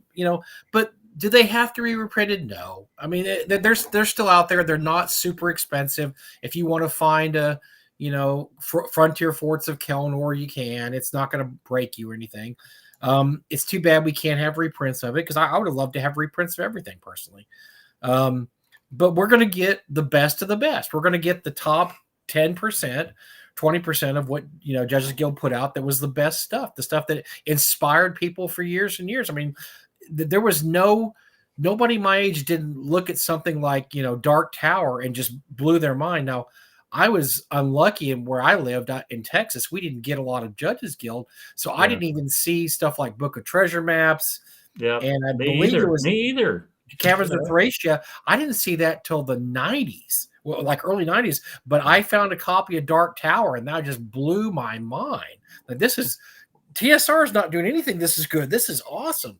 And you know, one of the big reasons I was a huge fan of Jaquays growing up, because I just you know, and of course when I first met him, I mean, it blew my mind, because here's somebody that I had just thought, you know, oh gosh, this person must have known, and he was a teenager. He was like, did all the best work. Jaquays did all the best work before 25, and you're like, holy crap, you know. Okay, so you're a genius too. About everything else, you really are a genius, because Janelle was doing work then that, you know, that some people haven't reached those heights now, and they're in their 50s or whatever. So yeah, it's just it's just an amazing history, and I'm glad we still have parts of it around. It's just unfortunate what's happened the last few years. It's so unfortunate. It's so unnecessary, and it doesn't really enforced error. It just bums me out. It doesn't depress me, but it bums me out. I'm just like, I'm bummed, because I'm thinking, you know, in a perfect world, we could have had reprints of all this, and it'd be cool for a kid that's 18 years old to pick up a copy of, you know, I don't know, Book of Treasure maps. I know people who absolutely think that Teagle Manor is silly and strange and so on and so forth, but that's actually part of its weird charm. That it is this strange. How did we get here? And you know, we got a great reprint of that too, Frog God, which I actually worked on that too. I connected all the rat tunnels, that was fun, because the rat tunnels are a mess, but I think we did a really good job on Teagle Manor. It's probably the definitive version. I mean, there was like 4 or 5 versions of Teagle Manor, and luckily that one got out. You know, so it's still up there. It'll never be reprinted. If you find a hardcover copy, grab it, because it's never going to be rented. But it's a really good. That's one of the seminal dungeons. Also, it's the first haunted house. Fun house, haunted house. You know. And Dungeons Guild created so many of those memories for a certain segment of people. It's good that people now have that to look back, you know, could actually purchase that and say, okay, this is something that came out in 1976 when gaming was new, and all these ideas were the coolest ideas ever, because they threw everything at the wall just to see if anything stuck. And that's okay, right? Like, that's just fine. You don't have to create a masterpiece every time. I mean, you know, although Janelle did pretty much everything she did was a masterpiece. But, you know, other than that, I mean, you don't have to have a masterpiece every time. But people, when you do something like that, people read it, and then they consciously or unconsciously years later they add to that, because they say, okay, how many people do you read bios of that were inspired by Caverns of Thracia or inspired by City State, and you read, you know, you see this, and then somebody like that, let's say Steve Winter, then somebody's inspired by Steve Winter. It just goes along. Well, look at Kelsey. I mean, Kelsey, one of our favorite people, she will name off all her inspirations, and it's all the classic guys. It's the Alan Hammocks. It's the, you know, it's a Gary Gygax. It's all these people that came before, and she did it the right way. She learned at the feet of the masters, you know, and she said, this is something I want to do. And she did a game that's very much like old school, except it's got new school sensibilities too. So it appeals to everybody. And she was DM'd by James Mishler, and we all know James Mishler's a giant Judges Guild guy. I mean, he was a huge Judges Guild guy, and that's who she learned D&D from. So it's great to learn at the feet of giants. And I'll even say, if you look at some of the material that comes out now and it's not very inspired, it's not very good, a lot of times I'll look at the bios and they don't really have a lot of their heroes aren't the old school guys. It's just, I used to watch a lot of TV and read a lot of comics and stuff. And you're like, okay, well, how does that prepare you for writing a seminal dungeon? It doesn't. And their stuff it's not that good.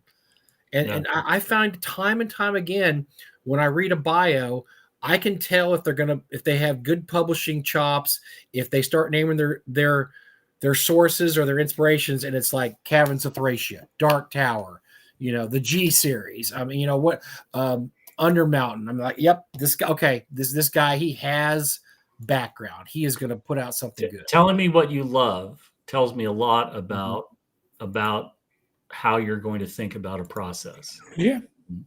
And that's, I think the other thing, just to say, I think let's just make sure we cover all the bases here.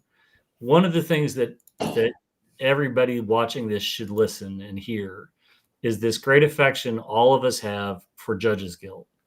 And too often in the discussion of everything that came out a few years ago about Junior and the third, what tinges all of our conversations is just regret, because that has tainted the legacy of Judges Guild in a way that I don't even know if they understand.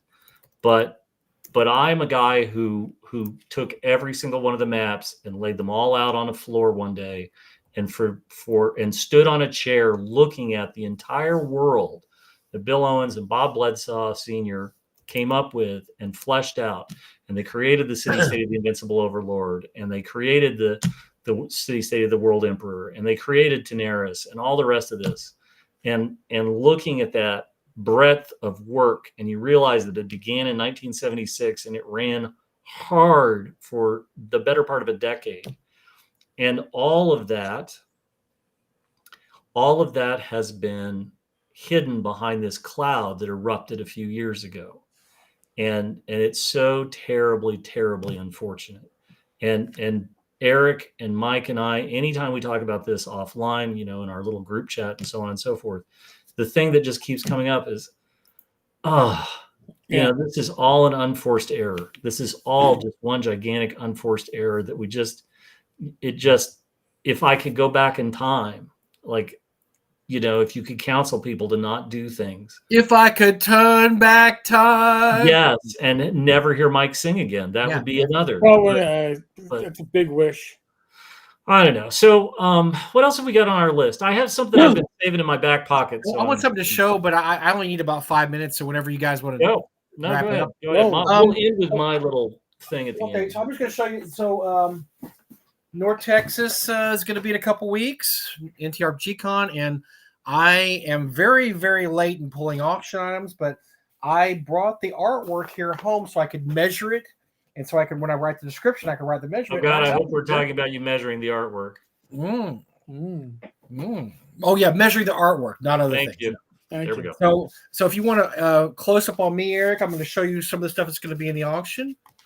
This is a Tom Wam print, and all the Tom Wam prints on the back have a signature and a little remark. Oh, nice. So that's one of them. One of them there. Here is a little robot guy. Oh, hello. Yeah, see, I couldn't. I had to measure these with a ruler. I can't guess and I forgot to bring the ruler to the warehouse. So, what else do we have here? We have, now this is an interesting item. This was a for their 10th anniversary. The late Terry Pavlett did everybody. We had 10 artists do 10 different logos that year, and. This is the damaged one. This is number 13. We're gonna have number 8 in the auction because when I pull this, I noticed there's also a ding on the back and there's a problem with the cover here. But it's 2 dragons of Terry Pavlett, and he put a remark on all these. He did 13 copies. Now I'll tell you what's funny about that. If you look at the number, it says 1 of 13. Terry Pavlett. If you met Terry Pavlett, he was a wonderful human being, but he was a little scatterbrained. So when he numbered these, instead of putting 1 of 13, 2 of 13, 3 of 13, 4 of 13, he put 1 of everything. He put 1, 1, 1, 2, 1, 3, 1, 4, 1, 5, 1, 6. And so anyway, they all say 1 on, but there was only 13 of these. We've auctioned a couple over the years, but it's just a really cool little 2 dragons. I call them the Beavis and Butthead dragons. That amuses me. They look kind of funny. So that we'll have one of those in the auction. Here is another Tom Wam. This is a little bigger size, and these are all prints that Tom sells. But he also, like I said, every one he does a little drawing on the back with a signature. So it's kind of cool. This one's got a little ding on it too, by the way. We have so much art at the warehouse. I decided this is going to be a big art auction this year. This is a print by Chet Minton. It's called Undead Arcana. Now you might know this. Oh, I love that cover. Yes, love that one. Instead of Unearthed Arcana, it's Undead Arcana, and it's signed by Chet. And this is actually a print. This isn't an actual piece of artwork. It's a limited edition print. However, I actually also have an original ink artwork piece from Chet. It's untitled, but It's one of Chet. And Chet also did the cover of B1.5, which will come out at the con, Beneath the Unknown. He did a wonderful cover. I'll have to send Eric a copy so he can show it next show. But this will be another one to be auctioned off. Chet, we've had all the artists over the years have donated a ton of artwork, and we just kind of let it pile up, Eric, or Gary and I, and a lot of that's my fault because I go for the big flashy stuff. I don't necessarily go through the art box. This year I said, no, I'm going through the art box. I pulled some artwork. We also have this is something interesting. It's a one-of-a-kind item. This is hung on the walls at North Texas for years. The North Texas warehouse for years and years if you went there. This is a oil painting by Lloyd Metcalf. He said it was a blue orc warrior woman. And this is a one-of-a-kind original piece of artwork by Lloyd Metcalf. So it's clear to all of us that it's not just the horrific pictures of Gary that he can do. He can actually do other things as well. Lloyd's quite talented. He can do all kinds of stuff. But now that we don't have the warehouse, we had a lot of stuff hanging on the walls, and Gary and I have decided that some of that stuff should probably go to people's collections rather than just be stuck in the back of a warehouse. So and we have a lot of Lloyd's artwork, so we're gonna auction this off too. It's a really nice little painting. We're also, as we do every year, Jeff Easley will do a original painting. Unfortunately, he will not be in North Texas again this year. However, that gives him more time to create a painting because what he normally used to do was he would start working on it Wednesday and finish it Saturday afternoon. When he doesn't attend the con, he starts about 2 weeks before the con. And so you get an actual kick-ass, full-blown Jeff Easley painting. So we'll have a Jeff Easley portrait. Those usually sell for a couple $1,000, anywhere from $2,000 to $5,000. And so we'll have that also. But that's just a little look at some of the artwork we're going to have. I'll probably pull a couple more things also. But it's time to start looking at through the artwork and pulling some stuff and letting other people be able to enjoy the things that Gary and I and Doug have enjoyed over the years looking through our files. Anyway, I just wanted to show people that's some of the stuff that'll be in the live auction, which will be Saturday afternoon, and Jim will be doing that. And I was going to ask you, Jim, I think I want to kind of help you this year if that's okay. What do you think about trading off auction? Like you auction something and I'll auction and you and I. I serve at the king's behest, so if you're going to horn in, that's fine. Because I just there's a couple items this year that I have like a story about, personal story about, and rather than whisper in your ear as you're trying to auction, and you're get out of my ear. Does that mean that Jim gets some time at the midnight auction? I mean, there's a little. Well, I think Jim had enough time 2 years ago. No. I am tired of hearing about this. There's nobody. I'm done. I'm just saying, if you're gonna, encroach, maybe get a little give and take. Well, actually, Jim did have time. He had time last year. He auctioned off that wonderful piece of artwork, that scintillatingly talented. I'm not sure why I even attend the midnight auction anymore. But I feel like I'm persona non grata. No, we had a great piece. You auctioned off that incredible piece of Gary. Of Gary and Red. Gary and Red. Is that what we're going to want to call it? Gary and Red? Well, one of the most horrific pieces of art I've ever actually seen. I believe what you're looking for is Commissar Olivar. There you go. You still have nightmares about it? Because I do. I cold sweats, clamminess. Oh. Either that or venereal disease. We'll probably have something for Jim to auction off at the midnight auction again this year. We usually do. So. I believe the painting is coming back again. That's what I've been told. Is that like a dog that eats their own vomit, right? Because a dog will vomit and eat their own. Yeah, that's like the painting. Because it needs to have it every year. It needs to find a new home. Like the baboon. I felt like something just walked over my grave. Yes. Just that it's like the painting. It's like a Stephen King story. The painting slowly walking its way towards Nobody west. has ever thanked me for auctioning an item. Nobody has ever thanked me for auctioning an item like Gary's wife when it wasn't going to be going home with her. And to this day, I feel like I owe her a great debt. Did Gary actually bid on it? I can't remember if he did or not. I don't think he did. So for those who weren't in the know, there was a token bid. If you remember the very weird portrait of Prince Charles a couple years ago, where it's like red and it just looks really weird, Lloyd did one with Gary as Prince Charles, and it's more horrific than I can make it sound. It was striking in its horrificness, and like you want to actually strike it. Is that what you're trying to say? Or strike your eyes out. I mean, you might want to put your eyes out if you saw it. It looks like a night gallery. Remember Rod Serling's night gallery? It looks like one of the paintings in the night gallery. No, it looks like I'm sorry, but what it really looks like more than anything else, it looks like the picture of Dorian Gray. It's like somewhere in an alternate universe, there's a version of Gary on a podium overlooking an army wearing his red commissar uniform, and somehow it wound up in our universe, and I don't know why. And Lloyd, Gary says that Lisa bid on. Gary and Kim said Lisa bid on Lloyd on when he was painting it, right? Do we have any idea what paint was? It just mezcal? What? I think Gary, I think Lisa bid on it so she could destroy it. I think she wanted to win it so she could burn it. And, I just, like Gary kind of has the sandal of Gygax. We don't need Commissar Olivar showing up every year at the midnight auction. And it's too big anyway. Yeah. Well, would you rather have that show up, or is it a toss-up? Would you rather have that show up, or Jameson and Satine getting married at midnight auction? And I mean the real Jameson and Satine, not the fake. I believe that there is no amount of that I can speak to, because it keeps haunting me. 2 years later, you keep bitching about it, so I'm done. I'm out. I'm tapped out.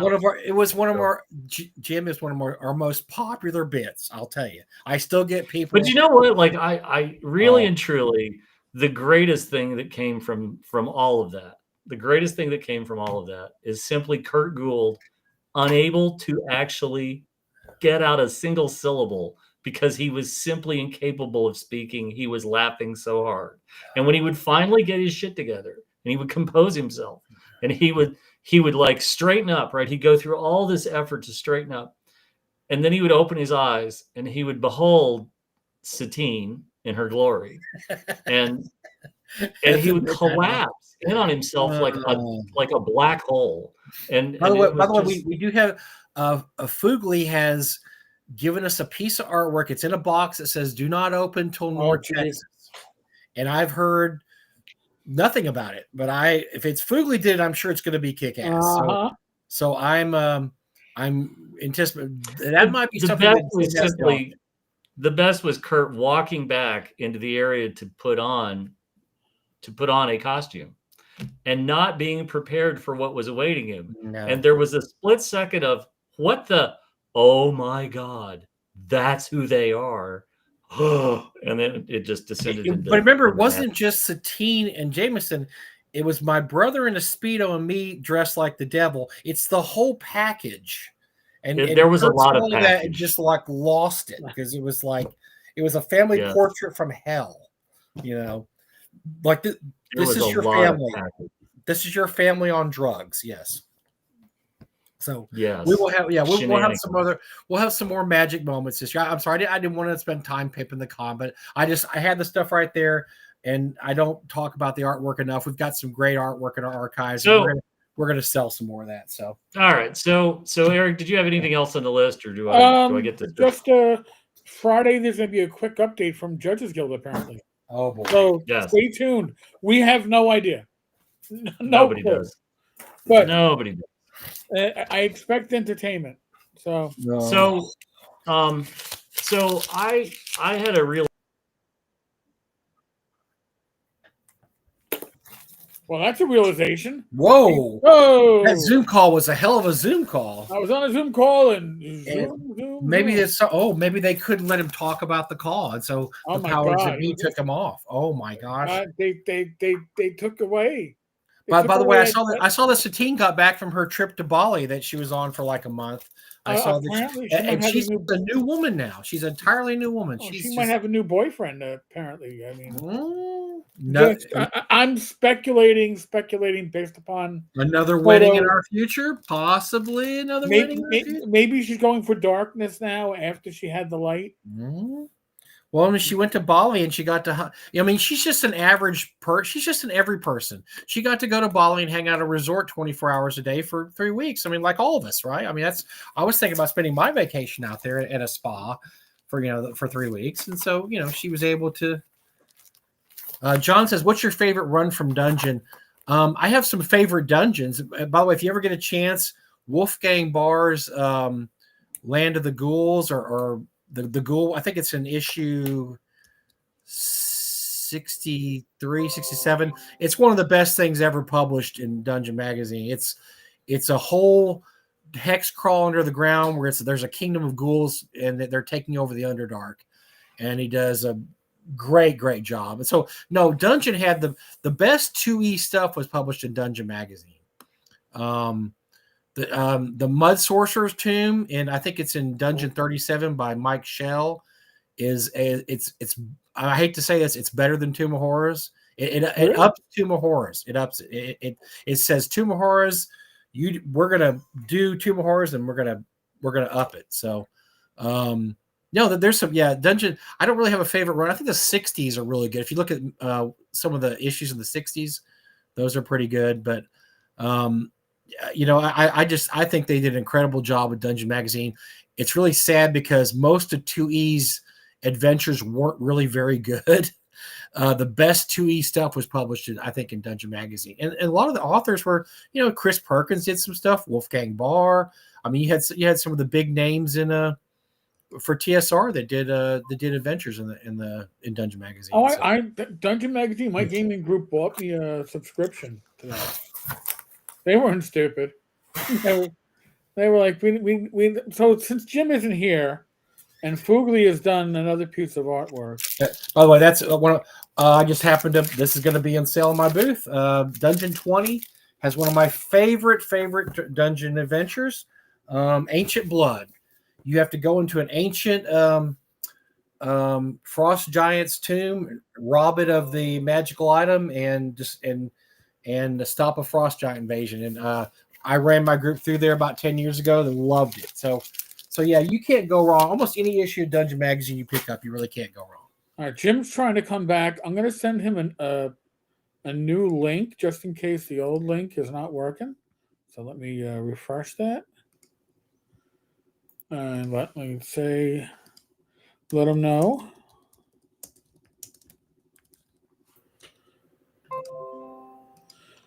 Since we're sending it to our group chat, that's why you hear the dings, folks. It's ding-a-linging. So it's ding-a-ling. So here, I'm gonna. What happened to Jim? Why did Jim get knocked out this long? Did he lose internet access? No. He's coming back just in time for me to throw this up on screen. Okay, good. There. Oh, what is that? What the hell is that? I love it. Oh my God. Who is that? It's you. Oh, fuck me. Jim with a mace. Who's on the ground? I don't know. He's animals. Stuffed animals. Okay. I just don't even know. All right. Well, before the internet decided to bork. So I had a realization on Monday. I had something very funny that happened on Monday. A bunch of us were in a Zoom call and we were talking about things. And I looked at the calendar and I happened to look at this week in 1980. And strangely enough, my birthday falls on the same day this year that it did in 1980 this week. And 1980, that year was pretty pivotal for a couple of reasons. Number one was that 2 days before my birthday, that Thursday, in the mail, I got my Holmes box set and a copy of D1. So I can tell you that tomorrow is exactly the 45th anniversary of my getting my Nice. first Wow. set of Dungeons and Dragons. That's And so awesome. I think I'm going to do it. I think I'm going to do a Zoom party of some kind, or we should do something tomorrow night, just because it would be fun. You know, and a bunch of us were talking about this, that somebody else was like, you know, I can tell you that, you know, he figured out I can tell you the exact date that I got my first brown box, and so on and so forth. Right. And I think if you can look back and you can sort of dope this stuff out, it's kind of fun. That was an interesting week, because that was the week that the new issue of Star Wars came out, but instead of being the adaptation of the Empire Strikes Back, it was the one shot issue that Michael Golden did, because they had to have something to delay the publishing of Empire Strikes Back. I got my Holmes box set. I got my copy of D1, and it's interesting. I spent a lot of hours since then thinking about, you know, we always talk about the pebble in the pond causing ripples, right? What would have happened if I hadn't gotten that Holmes box set? What would have happened if I hadn't ever touched Dungeons and Dragons, and so on and so forth? Where would I be? Like, what would have this happened? Like, I wouldn't be on this show. Most of the people that I count as some of my best friends, I would not know. I would never have gone to work for Games Workshop. I would never have done all this other stuff. And so I've never made it a secret that my mom and I are like oil and water for a lot of different reasons. But even a million monkeys typing away at a typewriter managed to create a novel. Astoundingly, against all of the odds, she's the person responsible for my being exposed to Dungeons and Dragons and getting my Holmes box set. And I still have it. It's over, you know, my Holmes box set, my very first Holmes set is over there. My copy of D1, bedraggled as it is. And it's funny because I can remember that my aunt was in town from California and took me to dinner the night that I got that. And I took the Holmes box set with me to McDonald's, and I would not even touch my food because I was too busy reading the blue book and trying to figure out what the fuck a chit was and why I had to count these and put them in Dixie cups. This was the dumbest thing I'd ever heard. But you know, I would say we all have hobby milestones or whatever. But just this week, I had that epiphany, and it was really sort of cool to realize tomorrow is 45 years. 45 years of my life have been wonderfully blessed by this hobby and my exposure to that Holmes box set. And I think back about, you know, we all think about the white box set, we think about brown boxes and so on. The Holmes box set for me resonates because when I look at white box, when I look at the supplements and so on and so forth that came before the Holmes box set, the Holmes box set was such a better version of being exposed to D&D and giving you an idea of what D&D was supposed to be about, that it really stands on its own. And so, you know, I get to bump into John Eric Holmes's son at North Texas. I'm looking forward to that. I'm very pleased that people are making fetish artwork of me surrounded by small furry animals. I'm not sure why, but that's great. Shit weasels. But that Holmes box set, you know, 12-year-old me was pretty stoked to get that. You know, sixth grade ended, I think either the day before or that day. I couldn't figure that out exactly. But I just remember all those milestones of, you know, Empire Strikes Back and the Holmes box set and D1, and me not understanding Earl High Sinlu was actually the first initials of all the kids, blah, blah, blah, blah, blah. But whatever, you know, I would say to anybody watching this, whatever your milestones are, you should actually sit down on a piece of paper. You know, I just popped open the calendar function at the bottom of my screen, and I scroll back to 1980. I scroll back to 1981. You know, I was looking at that. You should try to figure out if you got a box set for Christmas, if you got a box set if you got a home set or whatever, if you got the basic set, BECMI and something, you should go back and try to figure out what that date is, because those dates, as you get older, these are the, you know, like I can tell you exactly what I was doing and what I was wearing the day my son was born. I can tell you all these different milestones of my life, but this is absolutely one of my most important milestones, because I cannot imagine what my life would have been like if I had not gotten D&D and then just that domino getting knocked over. I just can't. you made me do the math in my head, and July 30th, which is going to be a Wednesday, will Yep. be my birthday. I will turn 58. But at the same time, it'll be 45 years since my parents gifted me my player's handbook, DMG, and my first set of dice. Yep. And it was that prior Christmas break where my friend Kenny introduced me to D&D. And, it's like, okay. All right. I didn't get my DM's guide until the summer of '83. My grandmother finally relented and bought me a copy of that at a B. Dalton in Santa Monica, California. She was like, just here, and that'll keep you busy. Yeah. And a lot of reading. That's right. Have at it. Go nuts. Right. Mine was spring of 1979. I had a new neighbor, Dr. Joe, who I still know, still plays my D&D campaign, still shows up at the convention. He moved in the neighborhood. He was a year older than me. He said, have you ever played D&D? We played it up in Maryland all the time. Never heard of it. Right. Went to a hobby store, bought the Holmes Blue Box and the Player's Handbook, and brought those home. And we started playing Holmes out of the box and played that was the version with Search the Unknown, which is still my favorite mod. Yes, mine was Search of the Unknown as well. And before Gary figured out he could make a lot more money if he stuck keeping the hands in or my car. All those texts just stopped. I know.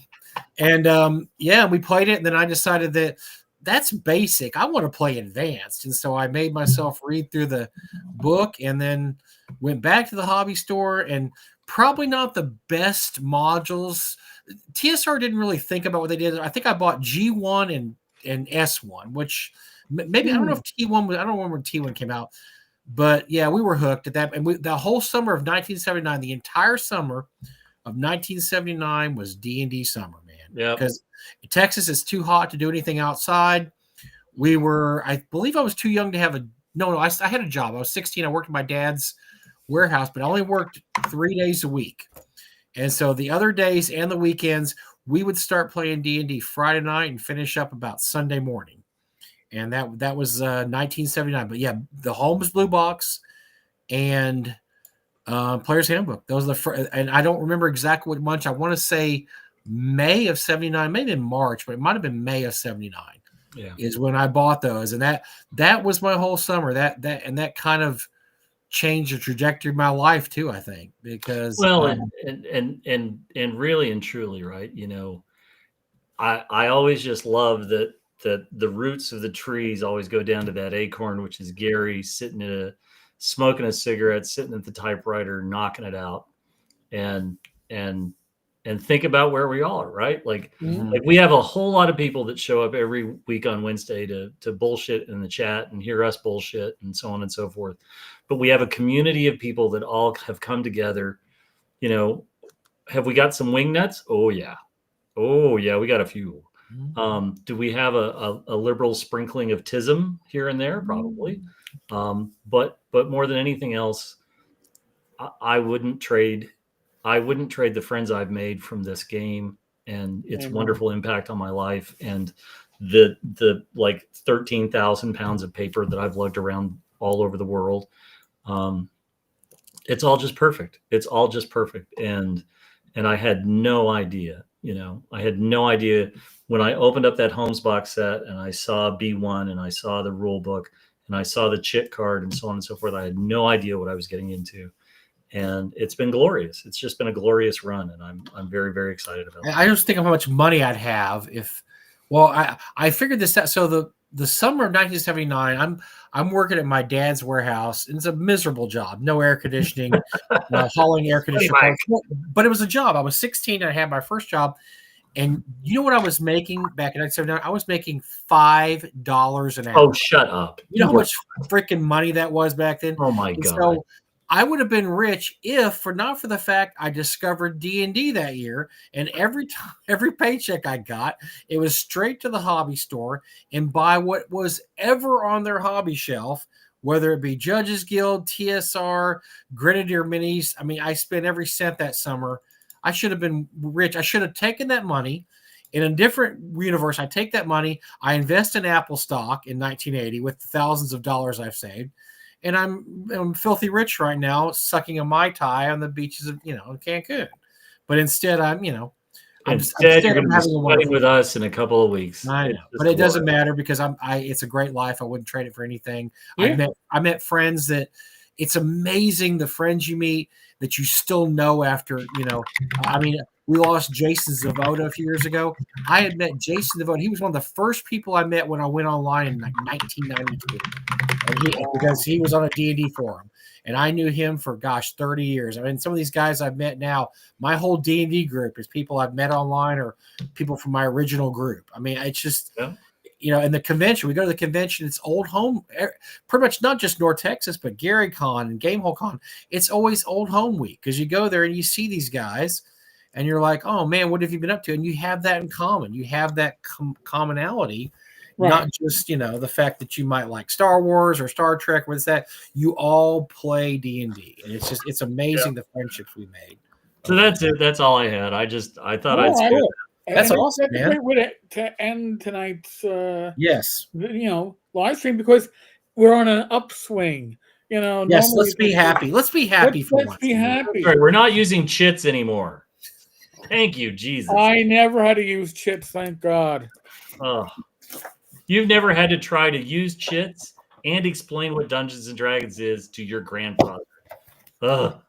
No. Yeah, if I'd have opened the box and found one of these, I'd have been pissed. I got dice. You have no idea. You have no idea. And I God got love his dice. heart. And you'll like it. You'll like it, damn it. He was patient, but the 62-year-old man wanted nothing to do with the strangeness that was chits and D&D. There you go. But folks, live stream tomorrow night with Don and Tom. Is next week Heidi and Eric? Yeah, Heidi and Eric Garland Gygax are next Wednesday. EggCon, they're going to talk about EggCon, yes.